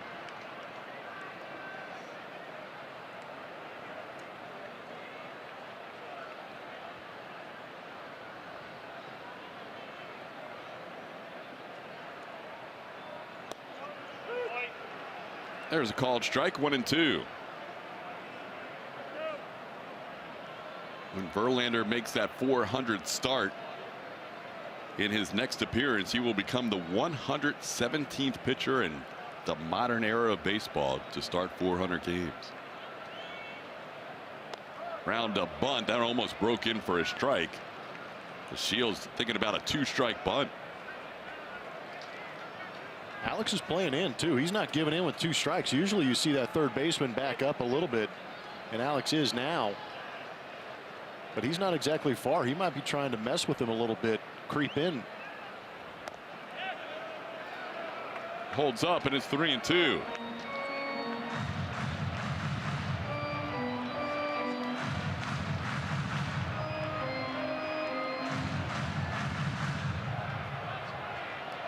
Justin's walked 2 tonight. He has struck out 8. Ground ball sharply hit, picked nicely by Yuli on the second hop. He makes the play himself for out number 1. Every Tuesday night, Astros home games are Dollar Dog Nights presented by Nolan Ryan Beef. Enjoy all the dollar dogs you can eat while the Astros take on the Tampa Bay Rays June 19th. For tickets, visit astros.com/dollardogs or call 1-877-9-ASTROS.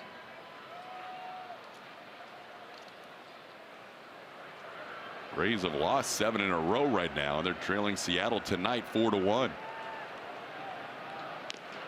Mariners have won 6 out of 7 and continue to lead the AL West by a game over the Astros. Here's Choo with 1 out and nobody on.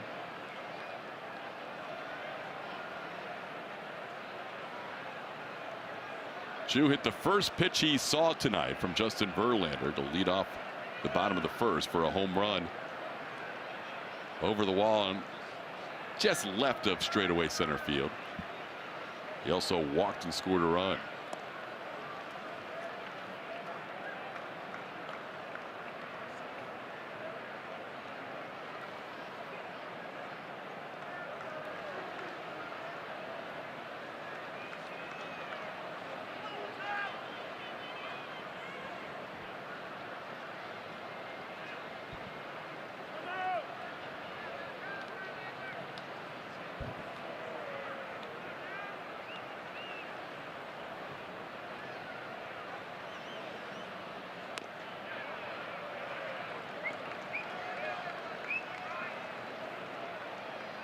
Missed inside. It's 2-1.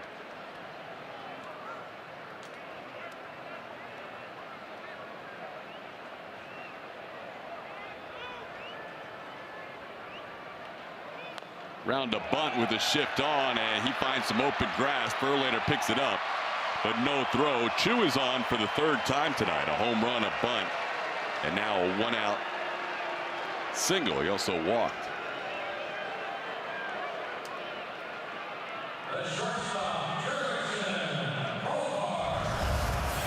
Well, if you can, it's a good way to beat the shift.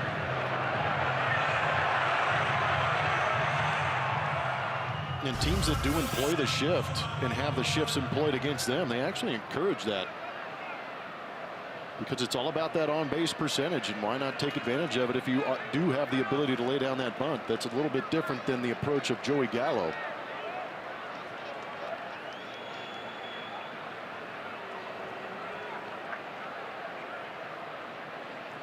Jurickson Profar, the batter.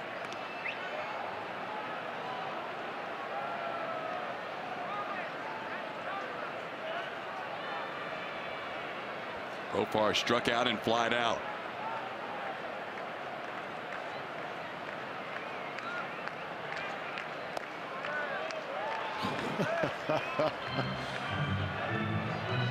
This might be to go out there and calm Justin down. That was another good breaking ball that was not called.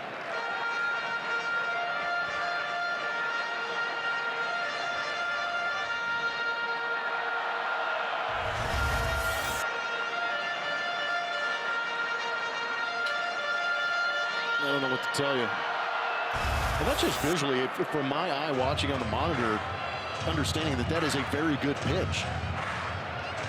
If you don't get that call, and we saw a couple against Garrett Cole that didn't go his way last night, if you don't get that call, the margin for error from a hanging breaking ball up in the zone to that pitch is reduced dramatically. If you don't get that call, now you have to come up a little bit, and there's not that much room before it becomes a very hittable breaking ball. Yeah, you're definitely doing the hitter a favor if you're forcing that pitch to be coming a little bit higher in the zone. Makes it much more hittable. Now it's 2-0. Good visit by Brian McCann, sensing Verlander is a little agitated out there.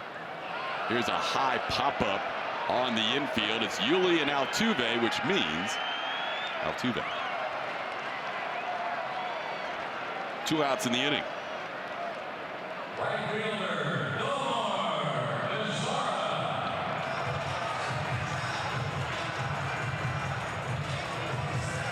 I'll bring up Nomar Mazara. He had the big hit for the Rangers in the 3rd inning, a 2-out, 2 RBI double. Made it a 1-run game at the time, 4-3.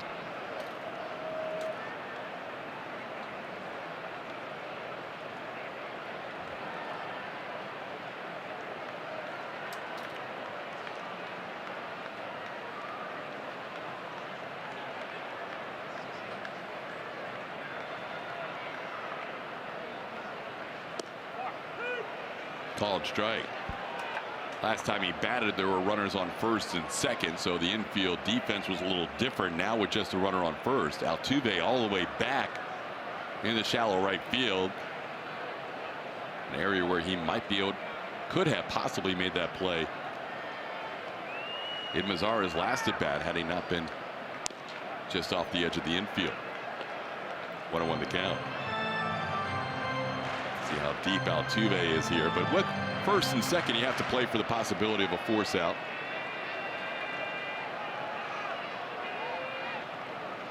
Here just looking to get the final out of the inning in a 1-1 count.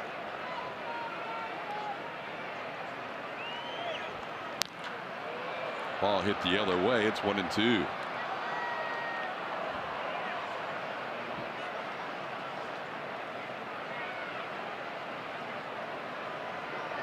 Mazara didn't see any fastballs that last AB that he ended up getting that double and a couple of RBIs on. Now he's seen a couple of fastballs down in the zone.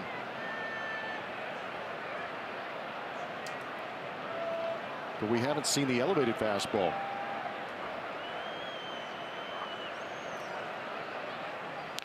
Breaking ball grounded just outside of Gurriel's reach and foul. The first AB for Nomar Mazara went a little like this. Fastball away. Again. And the elevated fastball actually got a call on the edge. Not the best slider in the planet, but eventually with a couple of pitches up in the zone, really threw that power slider down in a 2-strike count and got the chase from Nomar Mazara. That was a nice little sequence from Justin Verlander, trying to repeat the same thing here. Now with every pitch down, you wouldn't mind seeing a fastball up. And you get a swing just like that. That was an emergency hack.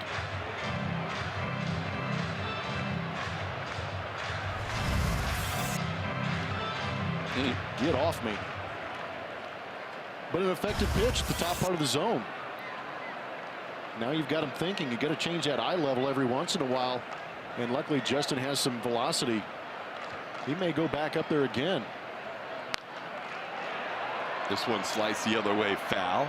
And that's that situation we talked about, like we were in the AB with George Springer, where we saw Pfister throw a lot of fastballs in, sinking, and George was jamming himself on those fastballs, and Pfister finally gave in and threw the breaking ball, and not a very good breaking ball at that, and it got raked down that left field line. Justin Verlander's a little bit different pitcher, where he's got a very good fastball, can beat you up and go a couple times, and now he's got him to chase a couple of pitches up in the zone with the fastball. So the hands are swinging at 95. Does he throw the power slider? There it is. Bounces it. And for the second straight at bat, a good battle between Verlander and Mazzara. Last time Mazzara was able to get the count to 3-2 before the double. Rangers putting some pitches on JV tonight. He's up to 93.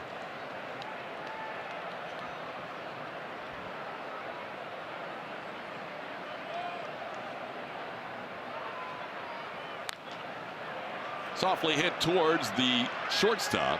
Marwin Gonzalez in the shift makes the play for the final out. We had to inning 6, 5-3 Houston.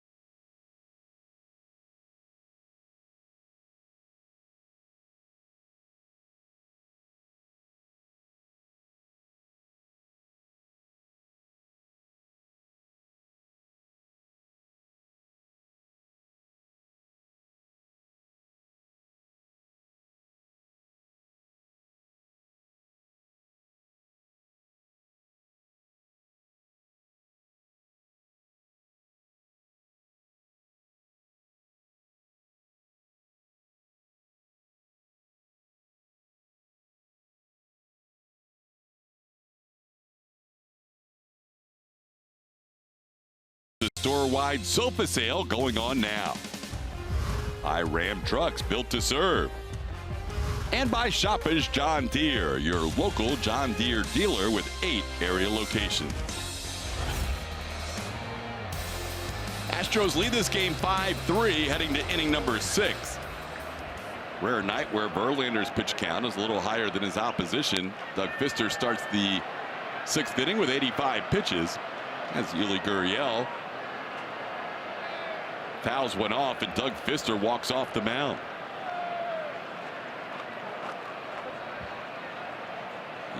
Is being checked out by Kevin Harmon, the athletic trainer for the Rangers, and that will be it on that pitch. Wow.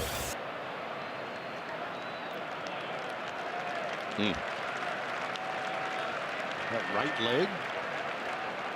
You mentioned he spent time on the DL earlier this year. He had a right hip strain. There you go. Was on the DL from April 10th through April 24th. Had done a nice job since that 4-run second inning. Had retired 10 out of 12 hitters of Alex Bregman home run, making it 5-3. Jeff Bannister will get his choice of relievers, and they will have as much time as they want to warm up in this 2-run game. We'll be back after this.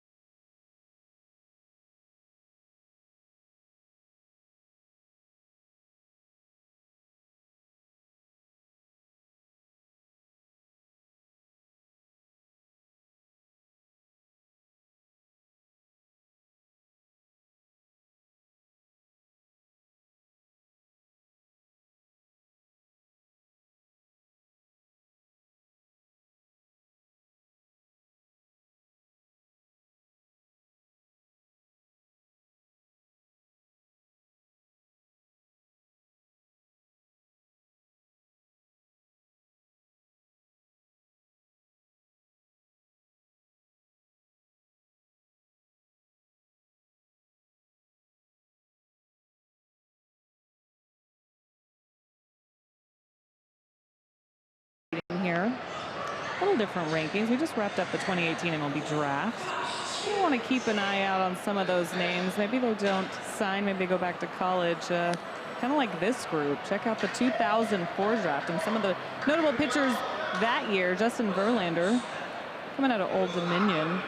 He stuck around, right? But these two, David Price, Jake Arrieta, the first time they got drafted, they did not sign and go back to school. David Price going back to Vanderbilt on an academic scholarship. But things would turn out pretty good for him after being the 568th overall pick the first time around. And then Jake Arrieta out of high school in the 31st round by the Reds. He would go to a couple of colleges, Weatherford and then TCU. Would get drafted a couple times, but then stuck. All these guys doing pretty good for themselves. And that 2004 draft, interesting, as Matt Bush was the #1 overall pick. We'll see him on the mound right here. But this just goes to show you never know what's going to happen. You never know where these guys' journeys end up going or how they end up in the big leagues. It's not always the first time around, guys. Not always the first time around, not always at the position where you're drafted. Matt Bush proving that. Yeah, speaking of journeys, this guy has taken a rather unique route to get back into the big leagues. I was with the San Diego Padres in 2005, and Kevin Towers the year before in 2004 drafted Matt Bush. They had high hopes for him to be the next shortstop. I was currently playing with Khalil Green at the time out of Clemson University, and I thought he was a phenomenal shortstop. But a lot of these drafts project a couple years out, and that's what they were looking for in Matt Bush. But some off-the-field issues, to say the least, kind of curtailed some immediate success, and he has worked himself back as a pitcher now for the Texas Rangers. Had as much time as he wanted to warm up, and he's good to go now with Yuli Gurriel. An 0-1 count. Doug Fister leaving the game after one pitch in the 6th inning. And Yuli always aggressive, swings at the first pitch he sees from Matt Bush and grounds it foul. Bush started the year with the Rangers from opening day until April 24th. Sent to AAA Round Rock and now back since the 21st of May. Fly ball into shallow right field coming on Mazzara. He'll get there for out number 1 in the 6th.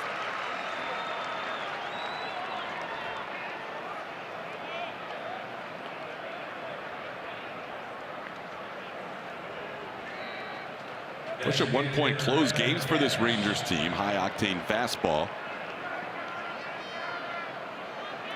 32-year-old will face Evan Gattis.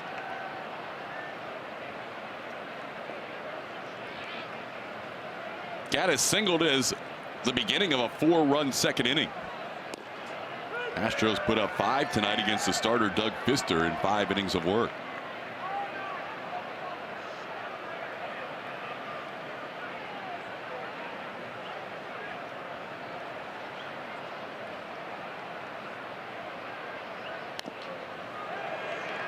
Caught a piece of Chirinos. It's 0-2.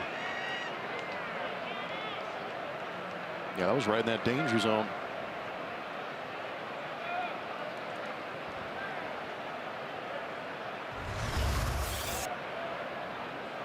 Ooh.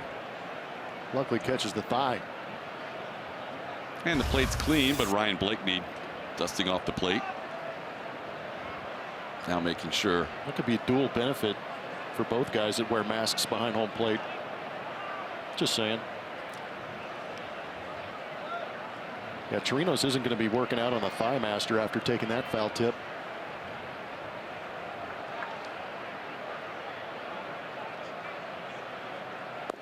Wonder if Evan, we'll have to ask him, is feeling different early in June this year, 64 games in, than he would be in another season where he's behind the plate. Yeah. His legs are feeling real good. Still has the ability to catch, but A.J. Hinch going with Max Stassi and Brian McCann rather consistently. But there's no question who the emergency catcher or third catcher is. It's Evan Gattis. Brian McCann this year scored twice from first base on base hits. One a triple, one a double.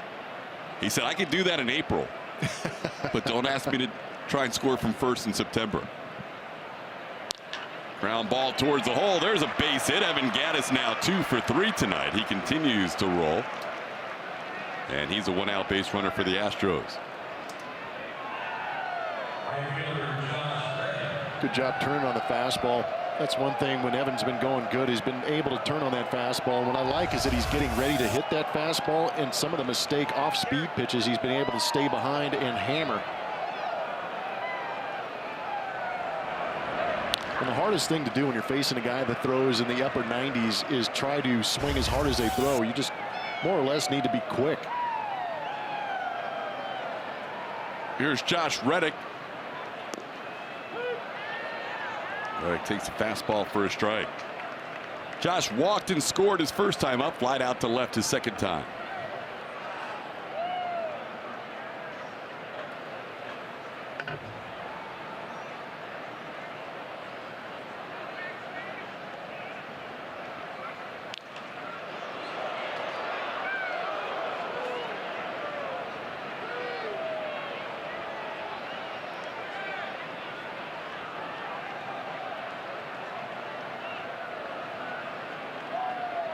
Oh, and 2 the count.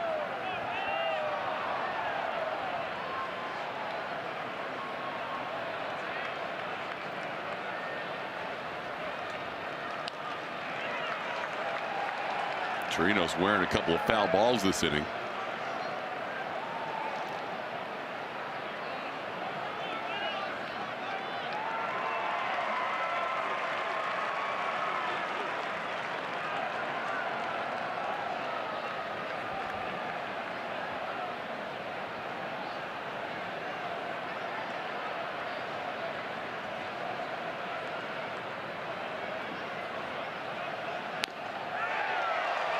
And Reddick goes down swinging.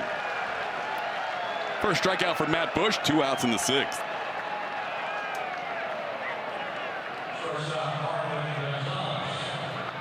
Here's Marwin. Marwin got the Astros going with an RBI single.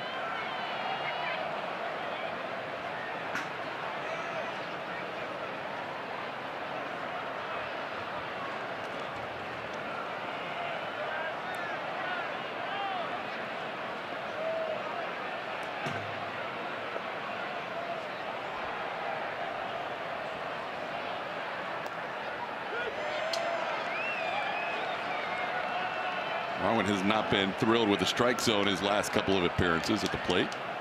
Was called out on a high strike his last time. Not to mention he's been playing shortstop behind Justin Verlander, seeing a lot of breaking balls down the zone not be called. Now he's down to the count 0-2.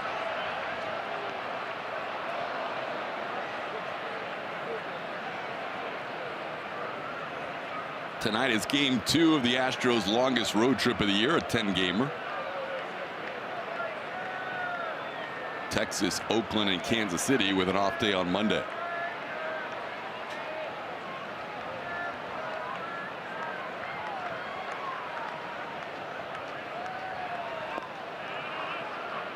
One and 2 the count. Tomorrow, national broadcast. We'll be back with you on Sunday on AT&T Sportsnet. You may have just broken everybody's hearts. Just a messenger. I know. We don't have a choice.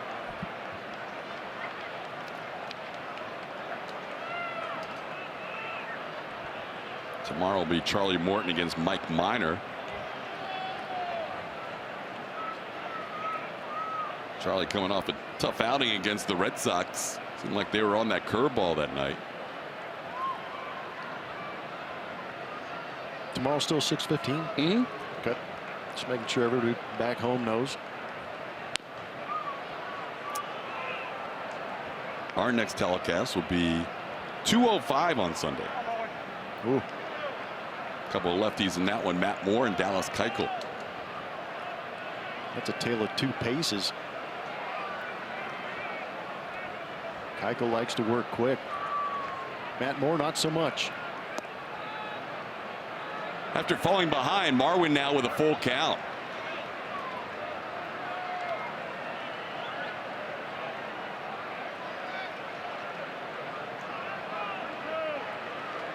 Dallas and Jose Altuve, a little conversation in this 6th inning of a 5-3 game.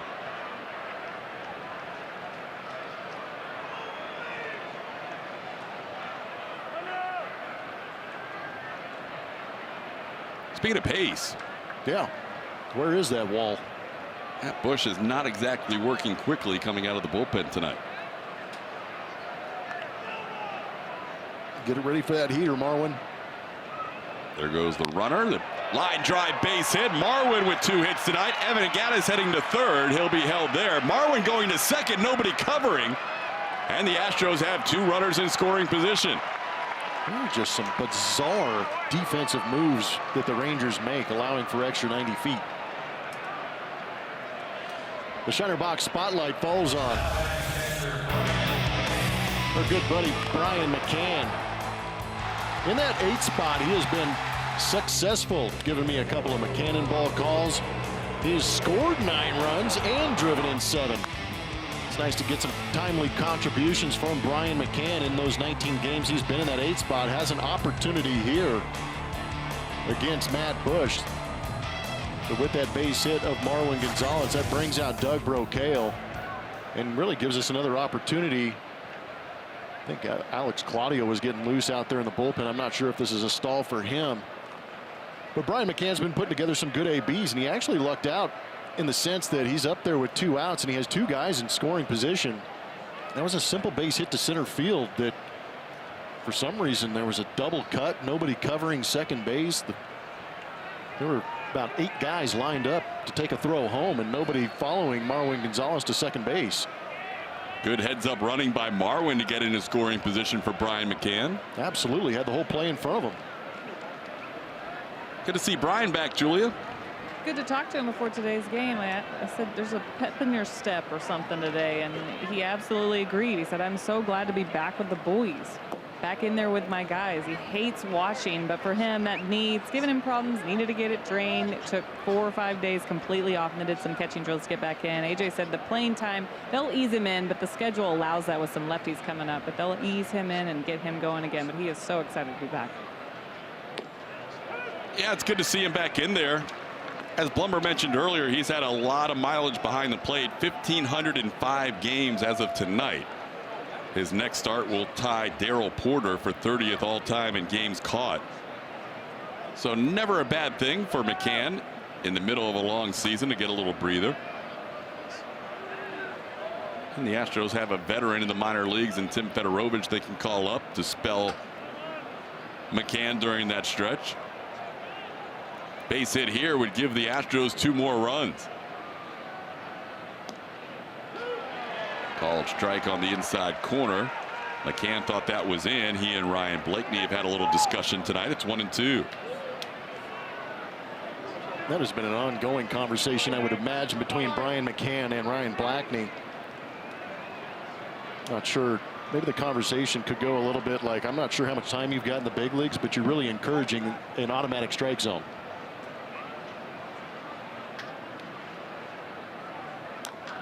1-2 pitch grounded towards the hole, but Odor is there, makes the play. So the Astros lead 2, but still lead 5-3.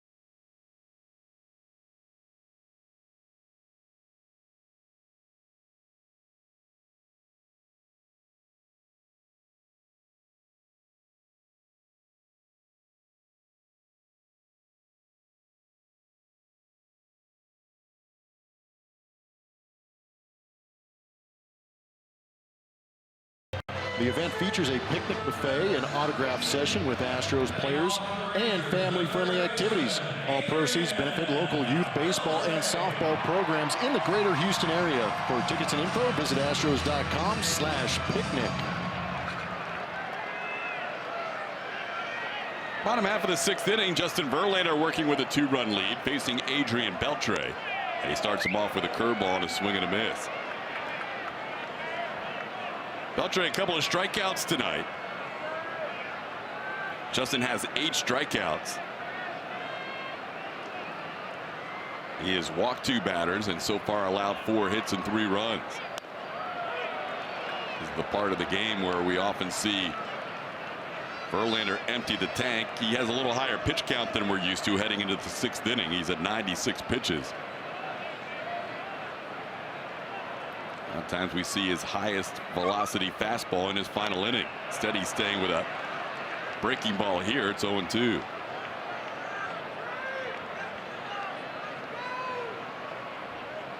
Solo home run to start the game, and then 2-run double by Nomar Mazara, the 3 runs scored against Verlander.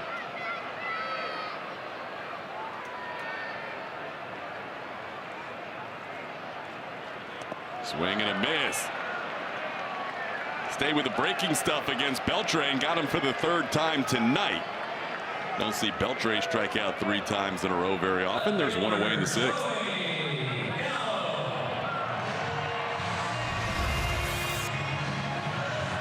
Yeah, that's that power slider. A little bit different than previously. And believe it or not, the home plate umpire helped out the cause, keeping that ball in front. Here's Joey Gallo. Takes a called strike on the outside edge.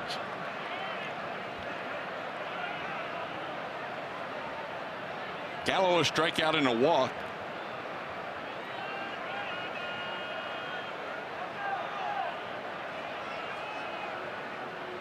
And he's around a bunt, and against the shift with 4 on the right side, he has himself a hit. Second time the Rangers have bunted for a hit against the shift.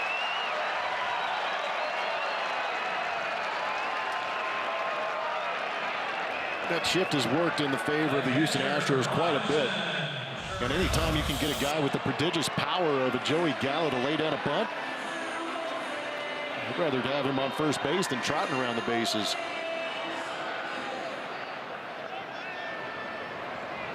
We've seen him attempt this earlier in the year and it'd be terribly unsuccessful.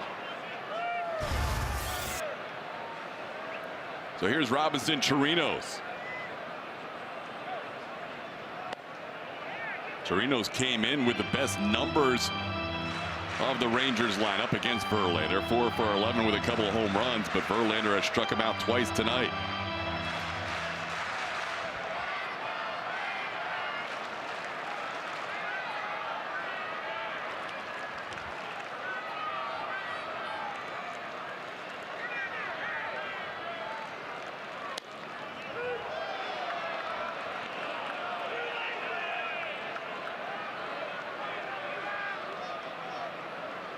Justin at 102 pitches. He's gone as many as 118 this year. His complete game shutout in Anaheim. Also threw 113 against the Yankees 2 starts ago.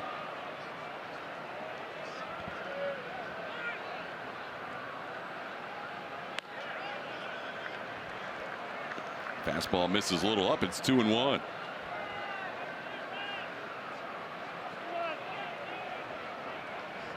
Colin McHugh warming up in the Astros bullpen.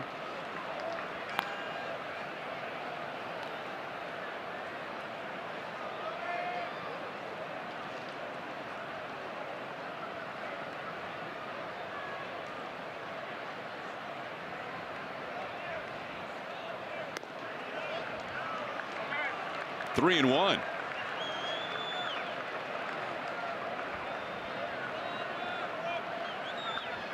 Can almost feel that some of those pitches just missing off the edge might be because Justin's trying to be a little too fine or throw too good of a pitch. But again, he's also trying to search where he's going to get a strike called.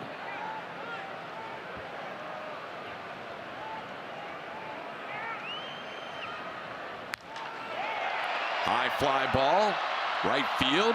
Josh Reddick is there. Puts it away for out number 2.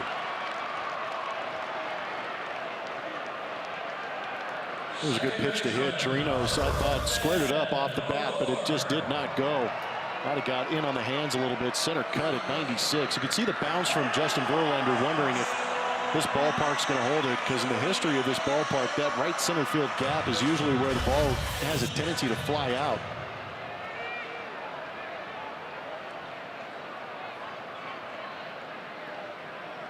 Justin just trying to get through 6 tonight, facing Rougned Odor. Mentioned his shortest outing of his Astros career in 18 previous starts was 5 2/3 innings. But some deep counts tonight. Couple of walks, 9 strikeouts, including 1 against Odor his last time up.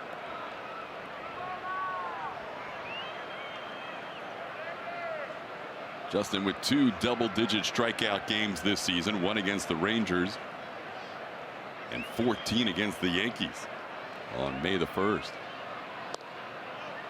This is to Odor, 1-0.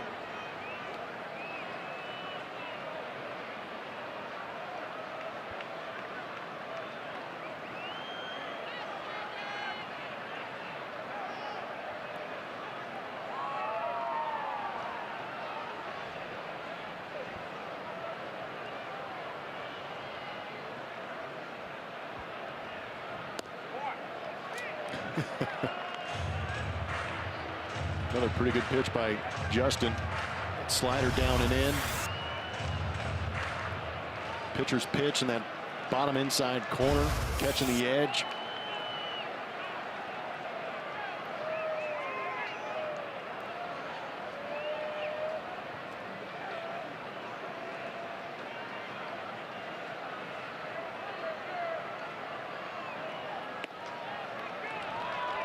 Three and 0. Verlander has retired Odor twice tonight. And in his career, Rougned is 1 for 23 against Verlander with 7 strikeouts. But he's got a 3-0 count here.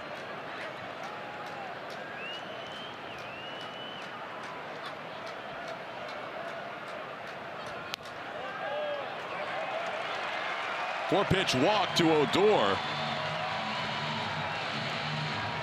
And the Rangers have the tying runs on base. None of those pitches missed by much. Well, they really didn't.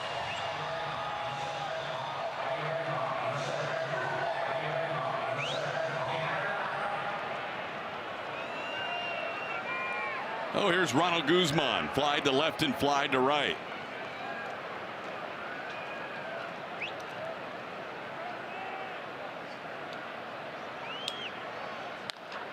Sends a high pop fly in the shallow left center. Kemp calls off Springer and puts it away. Justin Verlander gets through 6 with a 5-3 lead.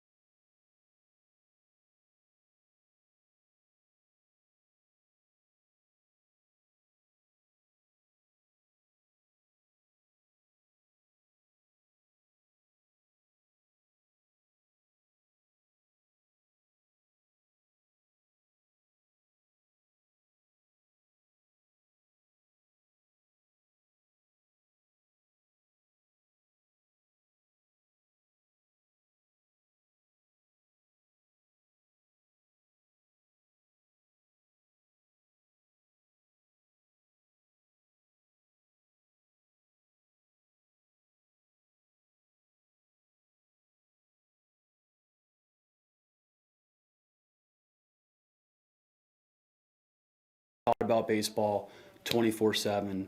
It was everything, like I was going to be successful at this game no matter what. This week on Astros Bases Loaded, Alex Bregman shares his passion for the game. The Express gets a spot on the Houston Sports Walk of Fame, and you'll meet the Astros first-round draft pick. All that and more on Astros Bases Loaded Friday at 6 before the pregame show, only on AT&T Sportsnet. Learn more about Alex Bregman. Heard Brian McCann commenting on Alex. Has a home run tonight, as Tony Kemp leads things off against Matt Bush and takes a strike at the knees.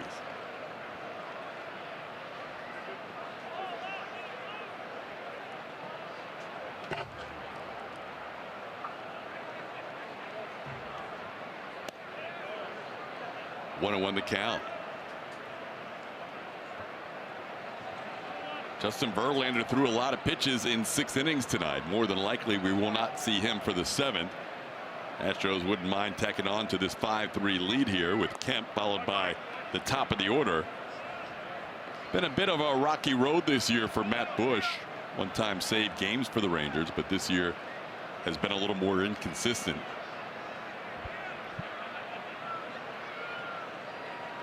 Allowing runs in 7 of his 18 outings. Kemp fouls that back. It's 2-2. Tony's been on twice tonight. Infield single for an RBI and also a walk.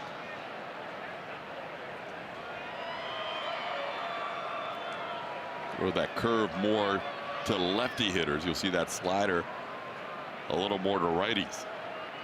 Curve at 80, slider around 90. There's a fastball that Kemp chops, and with his speed, he is out at first base. Great scoop on a hop by Ronald Guzman. A.J. Hinch is going to check with his video crew to see if Tony Kemp may have beaten that out. Good idea. It'd be nice to see if Tony Kemp did beat that out, because he'd be that leadoff man on. They were going to ask to take a... Well, they're getting Tony Kemp off. Keep the game rolling, A.J. said. So many times we've seen Jurickson Profar make some sketchy throws on routine plays. This not routine. Makes a pretty good throw over there to first base. And we've seen some excessive stretching from Ronald Guzman.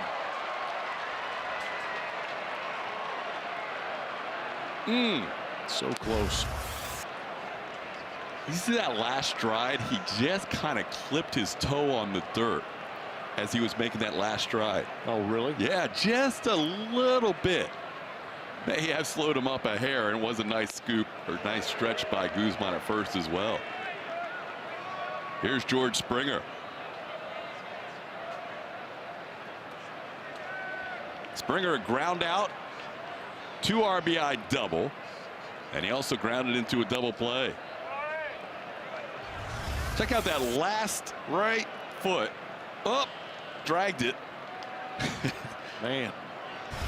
In a game of inches, you need every single inch. And that time he was out by less than a stride, or less than half a stride. Here's a ground ball towards third. Beltre spins around after gloving it to his left and puts a throw on the money. No stretch necessary there for Guzman. And there's 2 outs. Well, the guy we were talking about coming into this inning, Alex Bregman, steps to the plate. Bregman, a home run in 3 at-bats, now has a 7-game hitting streak with an OPS right around 1,000 during that time.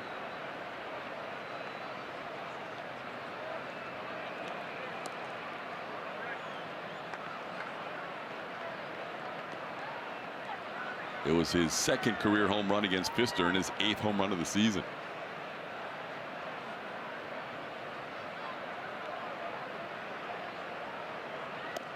Doug Pfister had to leave this game 1 pitch into the 6th inning. Matt Bush came on out of the bullpen. Got to warm up as long as he wanted due to the injury, and here he is in his 2nd inning of work.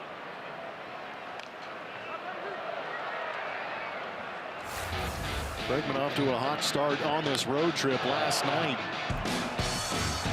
There's a fastball from Cole Hamels launched into the bleachers over that left field scoreboard, and then tonight, sinking fastball that tailed right back over the middle part of the plate, and Alex laid into it rather nicely.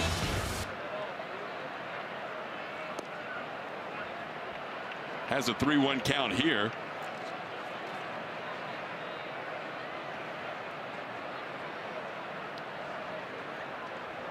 Get it ready.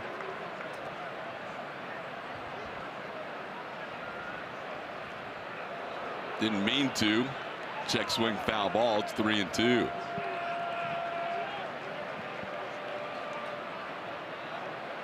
Colin McHugh, who was warming last half inning, has continued to throw, so he'll be the next pitcher for the Astros in the bottom half of the 7th inning.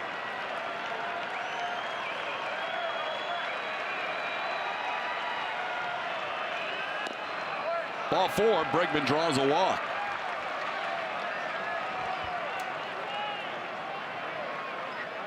Superhero Day is coming to Minute Maid Park on Sunday, June 24th.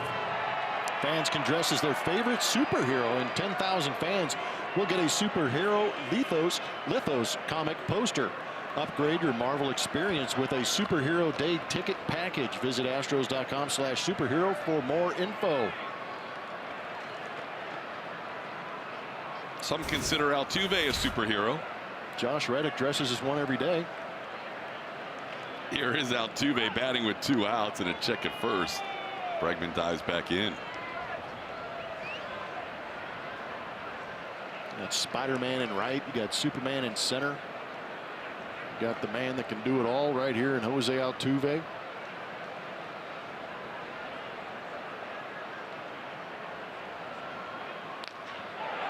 He sends one to center field, pretty well hit. The shield's all the way back, looking up, and hits on top of the wall, and is gone. A home run, 2-run shot, Jose Altuve, and the Astros lead this game 7-3. Just enough to hit the top of the wall and go out here at Globe Life Park. Is Mighty Mouse a superhero? Yep. Then you got your one big-time superpower right here. Jose Altuve going to that bullpen area where I said that ball travels a little bit. Delano DeShields, I think initially off the bat thought he had a beat on it, but that ball just refused to come down because he put such a good charge into it. What a great piece of hitting on a fastball up and away. A little 2-out magic for the Astros with a walk by Bregman and a home run by Altuve, his 5th on the year. And oh, by the way, that's now 7 multi-hit games in his last 8 road games. Am I supposed to be shocked by that? Yes. I'm not. 7 out of 8, Plummer. He's just too good. That was 101 miles an hour off the bat of Jose Altuve.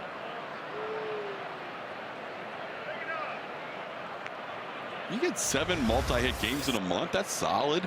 But in 8 games, he's pretty good. Gosh, that was a flat swing right through the zone. And the no-look catch on the bat. What can he do? Gurriel punches one into right. Flagged down by Nomar Mazara for the final out. But 2-out run score on the home run by Jose Altuve, and the Astros lead this game 7-3. Now we'll turn it over to Kevin Eschenfelder and Mike Stanton in our Rooms to Go lounge.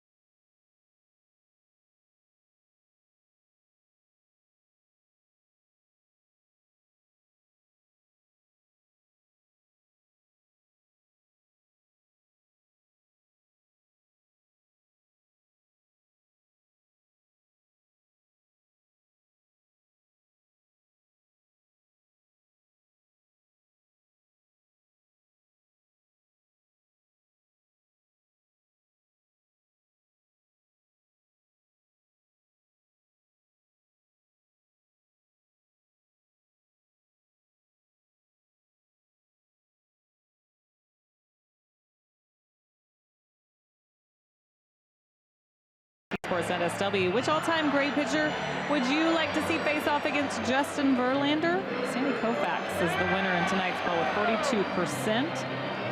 Takes it over Pedro Martinez. We had a few write-in candidates tonight. Thank you for those tweets as well. We read them. Sometimes we show them on the broadcast, like Justin Verlander, Bob Gibson from Steve. Miriam would like to see Fernando Valenzuela. Ooh, that's a good one. We have a lot of these. The big unit. And then there's Nolan Ryan.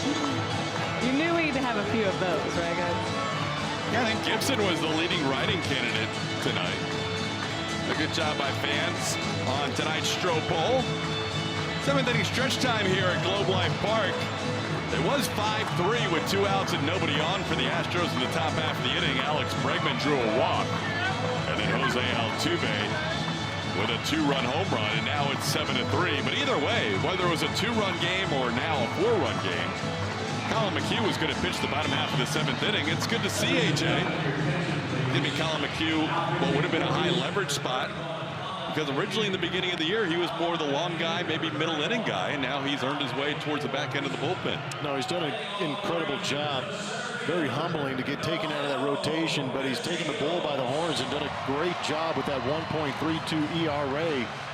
And he's gained a little bit of velocity out of that bullpen. Sometimes you'll see those starters move into that bullpen knowing they're pitching a shorter amount of time out there. They'll ramp up that velocity. I think that's benefited Colin McHugh. We've seen him touch 94 a couple of times. And again, that slider that he picked up last year has been incredibly effective also to create some swing and miss.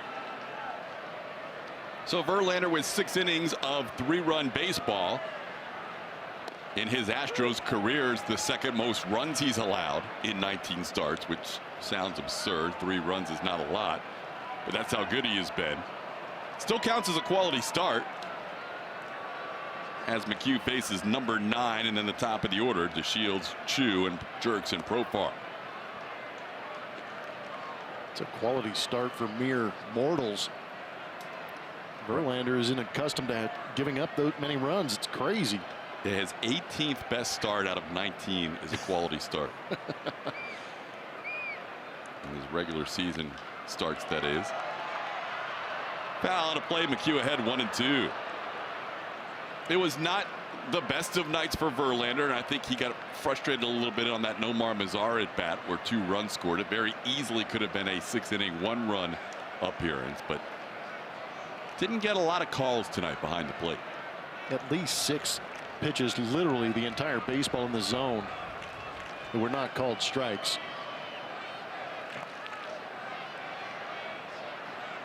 Two and 2 the count.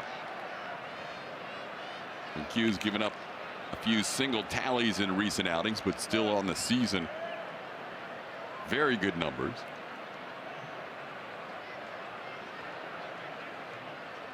And a lot of these Rangers have seen him quite a bit, as you can imagine, with Colin being a starter coming into the season. This is the edge against DeShields, and it's 3-2.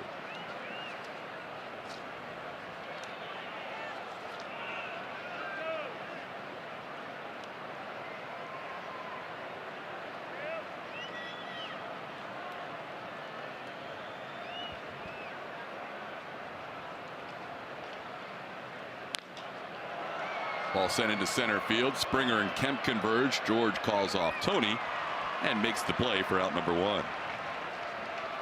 Justin had to fight through some of the weather. It was extremely warm here this evening, but we still saw some great pitches come out of that brilliant right arm. 9 strikeouts. At one point we saw 5 in a row early on while the fastball's elevated.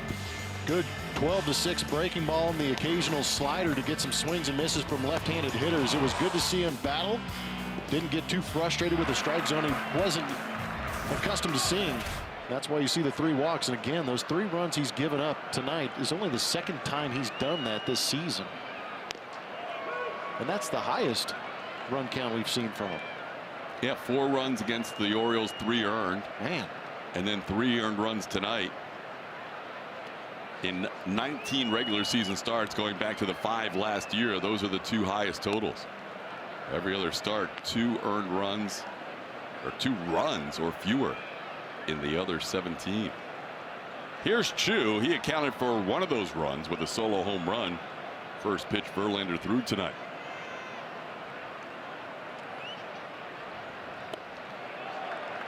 Verlander ended up throwing 110 pitches, third highest total this season, but nothing new for him. Last year, he was second in all of baseball in pitches per start, behind just Chris Sale.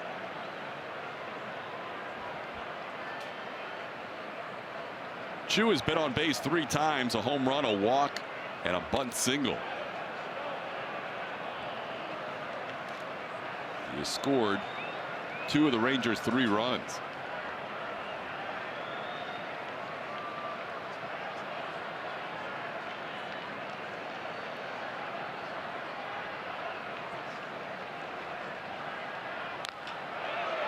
This ball hit to center field again. Springer is there again. This time he calls off Reddick. Last time he had to call off Kemp, and there's 2 away. Tell me if you've heard this before. The Mariners tonight won a one-run game. My goodness. 20-9 in one-run games for the Mariners as they win 4-3 tonight. Last night 5-4. We saw this. It's hard to imagine it sustaining itself for a whole season, but we saw this a couple years ago with the Rangers. Yep. And there were plenty of articles written about it because the run differential that Todd is kind of hinting at, when you win that many one-run games, it projects to not be what your actual record is because of that run differential. The Astros have that massive run differential, and their record should be better than it is. But they are not winning those tight ball games. The Seattle Mariners are, but you're right. The numbers in that sense point to them being extremely lucky to a point. You still have to be pretty good as a ball club to go out there and handle the stress of playing that many one-run games and winning them. They did lose a couple of their relievers today to the DL that we saw in that last series at Minute Maid Park. Juan Nicasio, who absorbed a loss in that second game. He's on the DL with a right knee situation, and Dan Altavilla, the right elbow. At the top of that list, Shohei Ohtani goes on the DL for the Angels. We can talk more about that later as Yuli gets help from Colin McHugh, and Colin a 1-2-3 7th inning.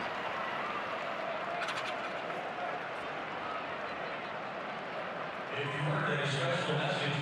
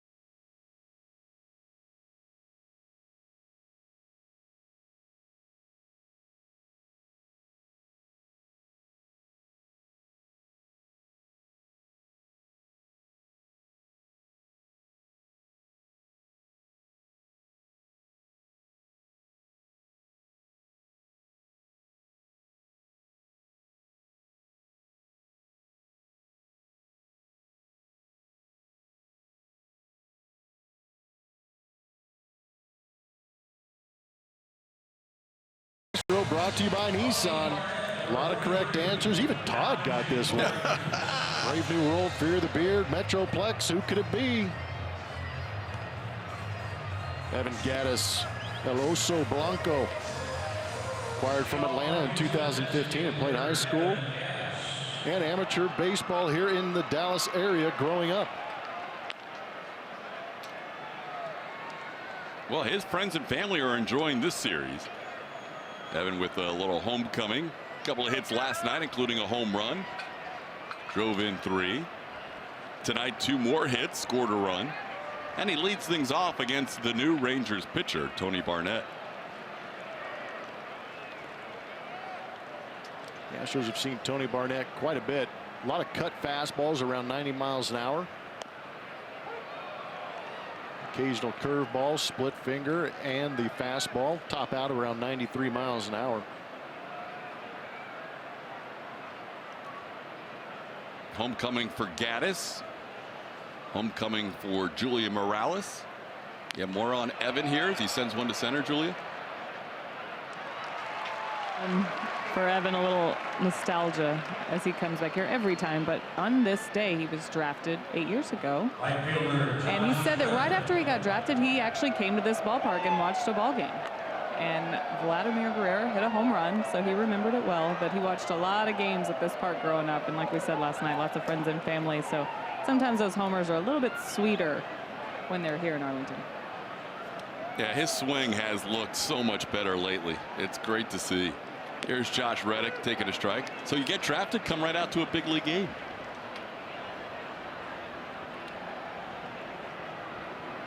Here's an 0-1 count to Reddick, who has struck out, flied out, walked, and scored a run.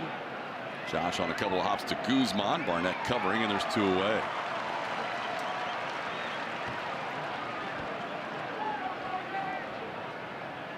Astros led this game 4-1. Guzman made it, Mazzara made it a 4-3 game.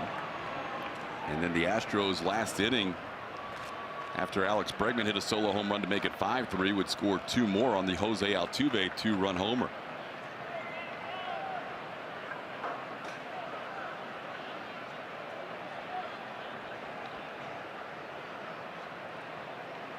Here's Marwin. Couple of hits and an RBI tonight.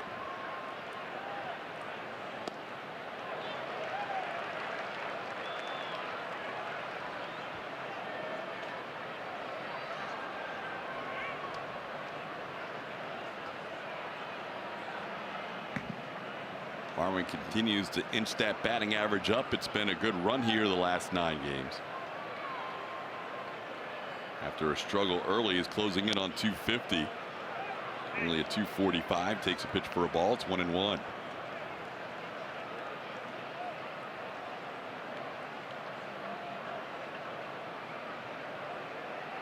Astros have done some damage against Tony Barnett. A little hesitation in his delivery and a swing and a miss. It's 1-2.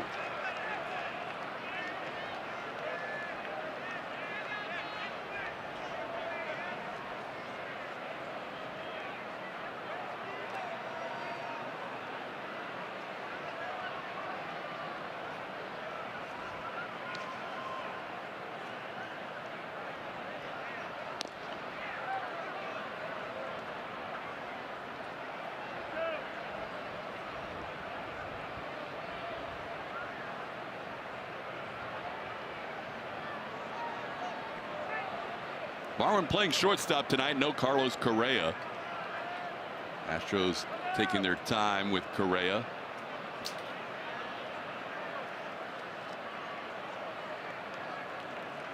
Julie gave us the update. We may see him at some point in this series, or we may not see him until the team heads to Oakland. The Astros are going to make sure he is absolutely 100% healthy and not rushing things in early June.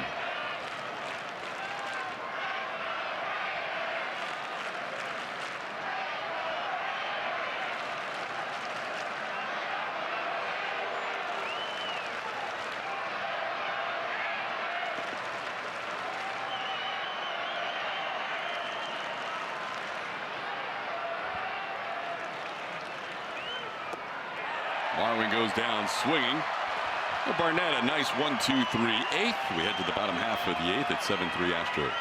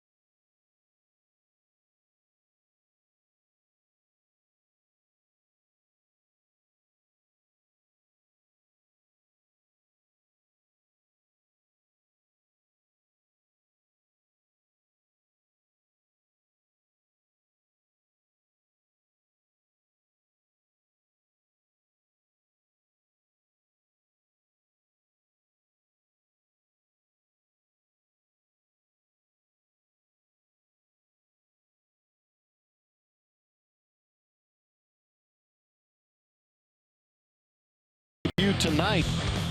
I'd like to send an appreciation note down to KIII TV down there in Corpus Christi, hooking us up with some of the video of Forrest Whitley. Finished off that 50-game suspension, and he is back on the mound. They expect great things out of that right arm of Forrest Whitley. A couple other guys down there in Corpus doing a great job. A nice rotation with Cionel Perez in his 8 starts and a 1.99 ERA. And Corbin Martin, Texas A&M product, got himself 9 starts and a 1.68 ERA. 3 of the top 10 prospects for the Houston Astros doing some serious work down there in Corpus Christi this season. Nice arms at the AA level. Good to see. Omar Mazzaro leads off against Colin McHugh. Second inning of work for Colin, and starts off Mazzaro with a strike. Astros lead 7-3. Verlander for 6. McHugh taking over in the 7th. Now pitching in the 8th.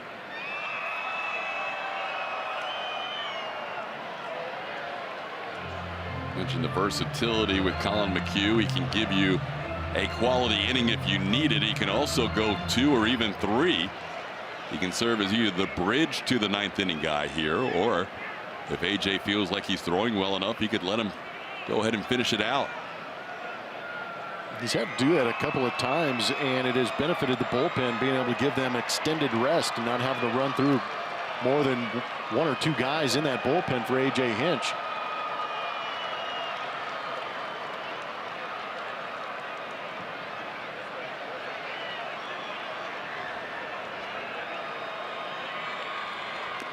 Swing and a miss at the fastball. McHugh strikes out Mazzara to start the 8th.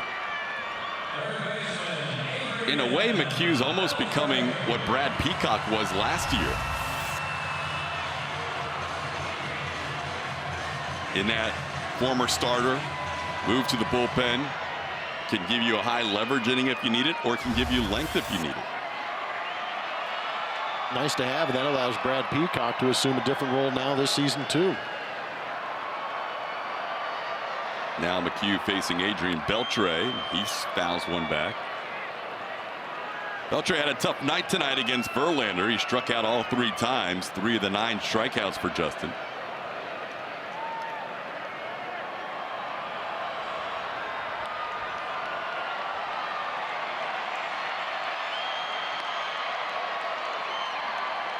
Curveball stays inside.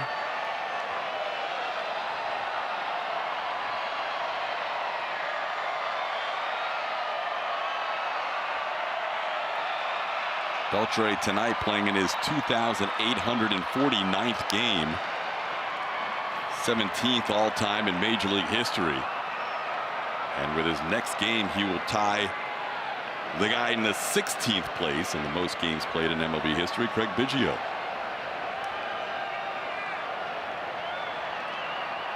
Big played 2850 in his career.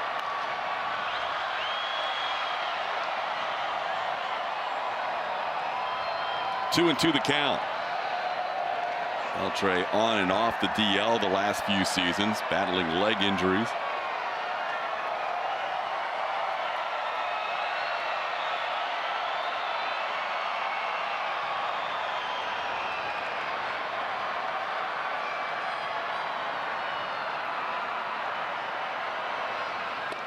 Swing and a miss. Adrian Beltre strikes out for the 4th time tonight.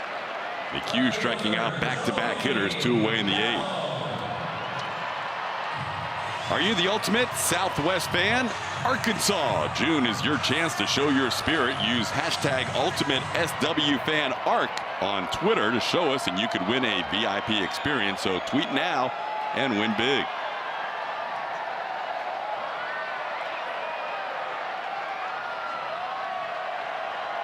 McHugh is sent down 5 in a row out of the bullpen. Here's Joey Gallo. Hits one into the shift. Altuve from shallow right with Gallo sprinting. Throws him out for a 1-2-3 inning for Colin McHugh. A couple of strikeouts in the mix. We head to the 9th. It is 7-3 Astros.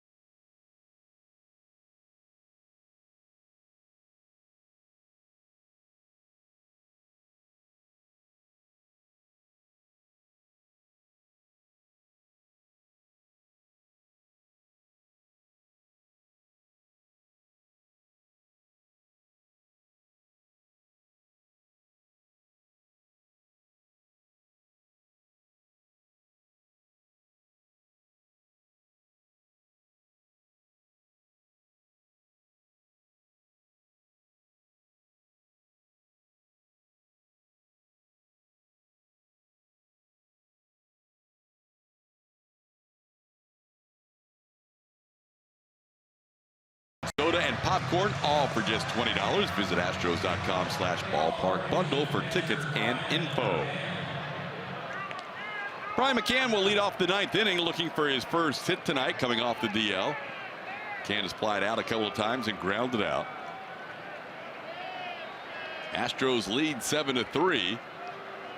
Two solid outings, or 2 solid innings in the outing from Colin McHugh. And it looks like he may not finish the 9th. The Astros getting bullpen action started here as we begin play in the 9th inning. McCann, Tony Kemp, George Springer in a 7-3 game.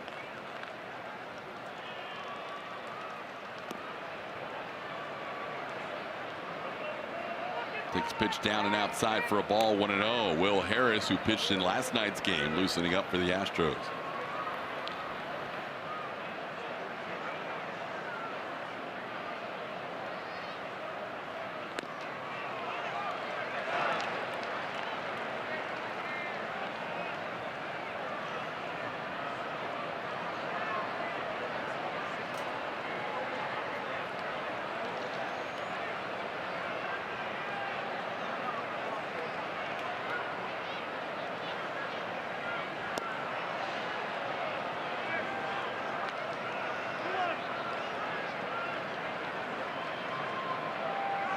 Astros trying to win their 21st road game of the season to match the Boston Red Sox for the most in the AL, and also match the Rockies and the Nationals for most road wins in the National League.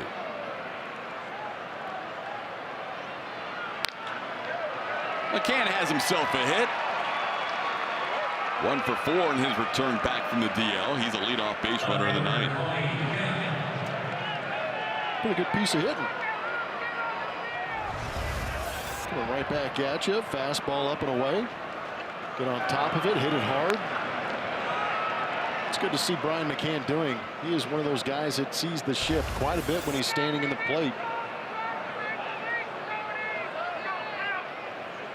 Tony Kemp, the batter. RBI infield single and a walk in 2 at-bats. Also grounded out. Takes one outside for a ball. Doug Fister threw the first 5, Matt Bush the next 2, and now Tony Barnett trying to finish 2 innings for Jeff Bannister and the Rangers. Rangers came into the series having won 3 out of 4. They're facing Garrett Cole and Justin Verlander to start the series is never an easy task. And the Astros put some good at bats tonight against Doug Fister one night after putting some good ABs against Cole Hamels. Hard hit ground ball towards second, bobbled by Odor. That'll cost them a double play. Astros have already hit into 2 tonight. If Odor fielded that cleanly, it would have been a 3rd. Yeah, it was definitely hit hard enough to be able to be turned.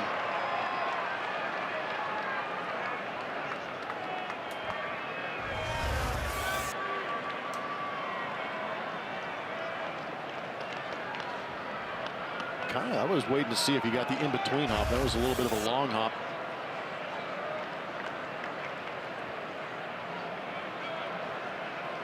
George Springer will bat with 1 out and 1 on. George with a 2 RBI double in the 2nd inning, capping off a 4-run inning for the Astros, the big inning tonight.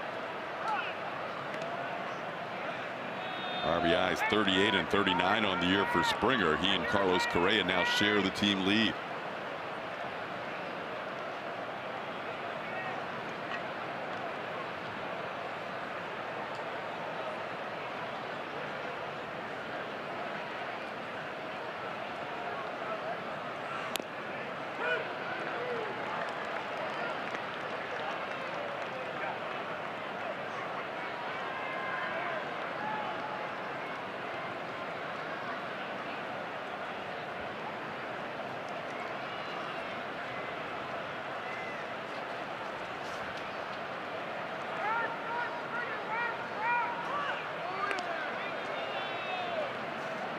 Astros started the season winning 3 out of 4 here in Arlington. Trying to improve to 5-1 at Globe Life Park. Last year they were 7-2 here. Quite a stark contrast to the previous 2 seasons when they went 2-8 and 2-8. Yeah, that wasn't fun. It was a heavy clubhouse when they used to come through here. It's good to see the script has been flipped. It's a good idea to keep an eye on Tony Kemp too. It's only a 4-run lead, and as we've talked about and as we've seen here in recent days, the Astros are racking up double plays. A good way to stay out of it is to have that guy take off, steal second base. Not only does it put himself in scoring position, it also takes away the double play. Of course, we thought that earlier in the game too, with the runner at third base and nobody on. There he goes. The pitch is a strike. The throw is high, and Tony Kemp is safe. And with the base stealer on at first base, Ruben Odor is still late getting to cover with a right-handed hitter up. I don't get it. This will be a great look at it. That is an incredibly late break, and Chirinos is basically throwing to an empty bag. You can cheat. It's okay. Especially if you're on the offside. Again, if you're on the pull side, you got to hold your ground a little bit longer. But if you're on that offside, you can creep a little bit. You'd like to see him move with the pitch. Yeah, absolutely. Take a couple of steps in and then break to the bag. You'll see Jose Altuve and Carlos Correa and some of the really good infielders do the same thing. They want to give that catcher a good target as they pop up and throw down to second base. Now puts a runner in scoring position for Springer. Down to the count 0-2. It's not been Odor's best inning. Could have turned a double play if he fielded the ground ball cleanly by Kemp. And a little late covering as Tony stole second. For the second night. Saw it last night with Jose Altuve stealing second base. Took one off the coconut. And then both middle infielders failed to cover second base on a Marwin Gonzalez single earlier tonight that he turned into a double. Yep, that was a great read by Marwin, running with his head up. AJ and Jose Altuve had a long conversation during this at bat.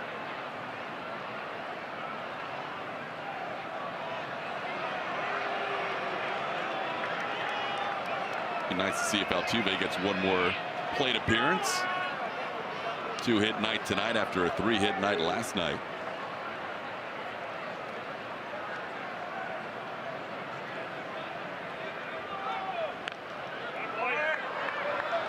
It was funny when AJ was mic'd up, not on our broadcast, but for Sunday Night Baseball a couple of Sundays ago. Very few players talked to him. And I told him afterwards, I'm like, it totally showed you in a different light than what the reality is, because players are chatting with AJ the whole game. They are. But there is no better player repellent than a microphone, especially during gameplay. That's sacred ground in there. Barnett able to strike out Springer for out number 2 in the 9th inning. That's the second strikeout for Barnett. And Alex Bregman will bat with a runner on second and 2 outs. McCann hit a home run in that game. AJ was saying something to McCann, and Brian barely acknowledged him. That's not how that works in the dugout. AJ said something to Altuve about letting a pop-up drop and then getting a runner forced at second to put a slower runner on first, and Altuve barely acknowledged him. That's not how it works in the dugout. Not at all. So it was an interesting case study with a microphone on AJ, but you saw Altuve and AJ having a long conversation prior to this at bat by Bregman. Alex, home run, making it a 5-3 game back in the 5th inning. Also walked and scored a run on Altuve's home run. Turned out to be a big 2-out rally there with nobody on and 2 outs in the 7th. 2-out RBIs are so nice. Bregman drawing the walk. Altuve into right center field with the home run.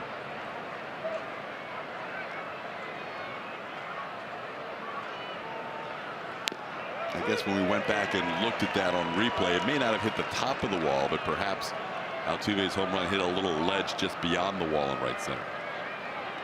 Right by the bullpen. Either way, it was a big home run for the Astros, taking a 2-run lead to a 4-run lead.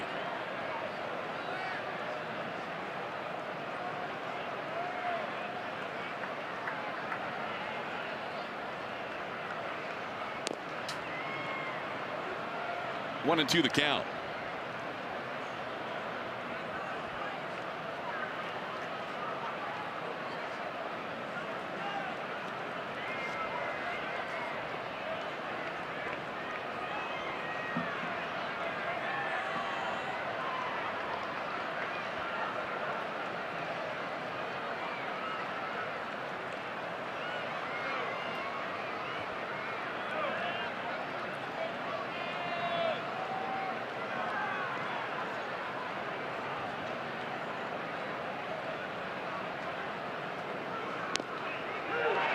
Called third strike. Bregman, who knows the strike zone pretty well, doesn't like that call as he goes down looking for the final out of the ninth. We head to the bottom half in a 7-3 game.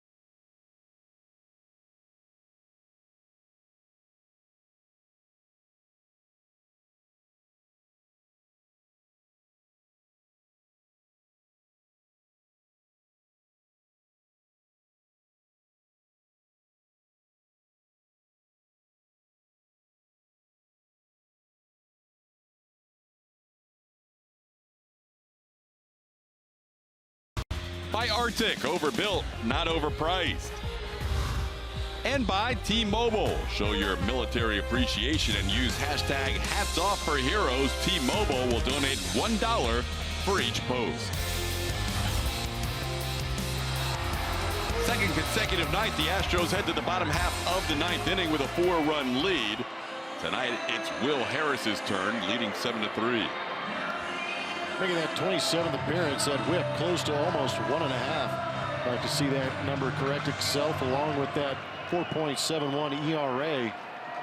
He was taken out of that game last night.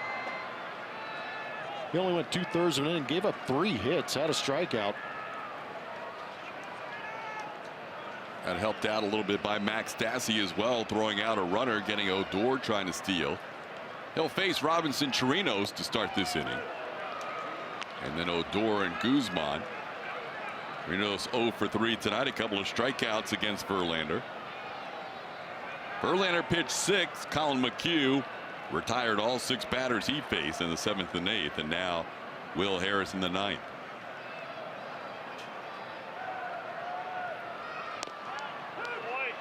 Will jumps ahead 0-2.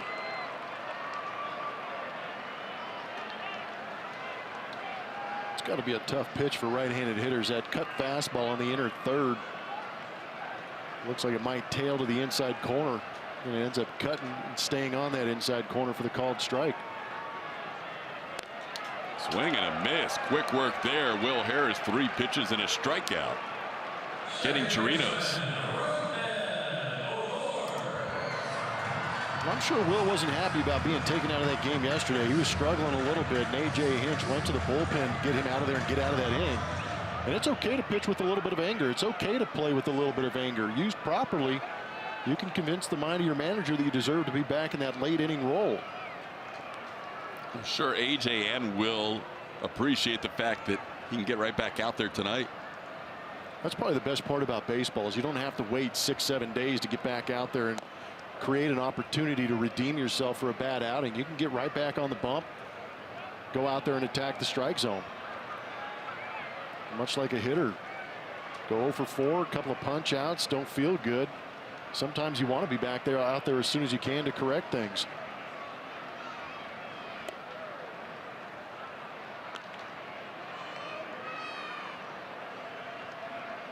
2-0 the count to Odor.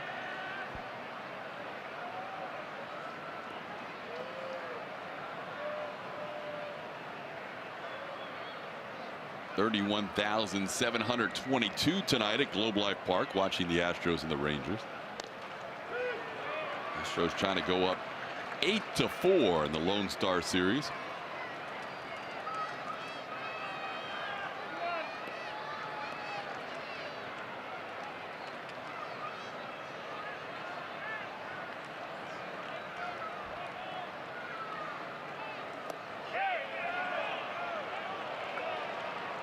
No swing there. It's 3-1.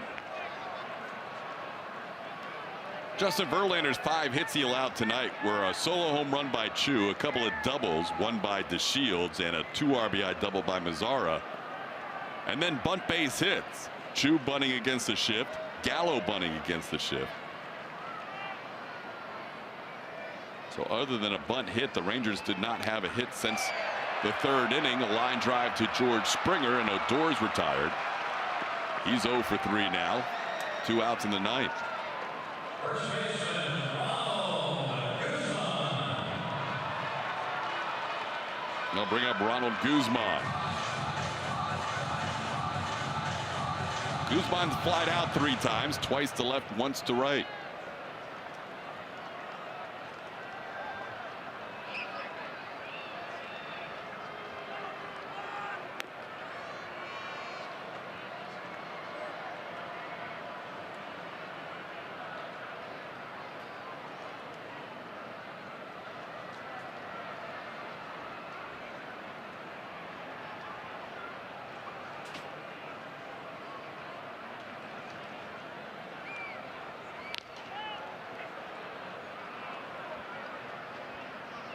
These two AL West teams going head to head. The other teams in the division, Seattle won tonight.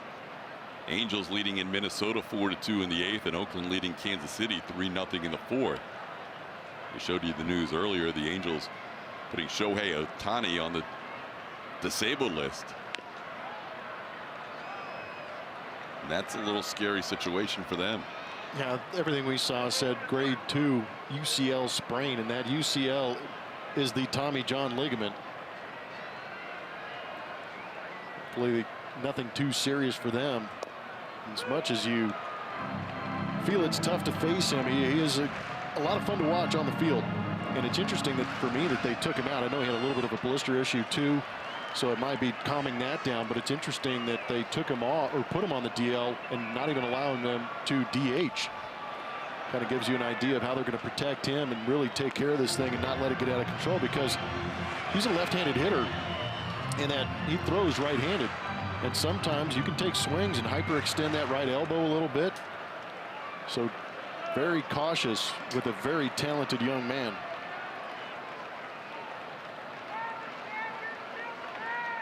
Rangers down to their final strike. The 3-2 pitch is foul out of play. Astros will see the Angels in that first series coming out of the All-Star break. Be interesting to see if Mike Scioscia stays with a 6-man rotation or if they go back to the normal 5-man. They were kind of working that around Ohtani's schedule. 3-2 pitch, and the ball game is over. Swing and a miss, strikeout. Harris ends the game. Picked up a couple of strikeouts in the inning. The Astros win the first 2 games of this 4-game series and also the first 2 games of this 10-game road trip. Final score tonight, 7-3, as Justin Verlander picks up the win for the Astros. We'll have more, including the post-game show, coming up right around the corner.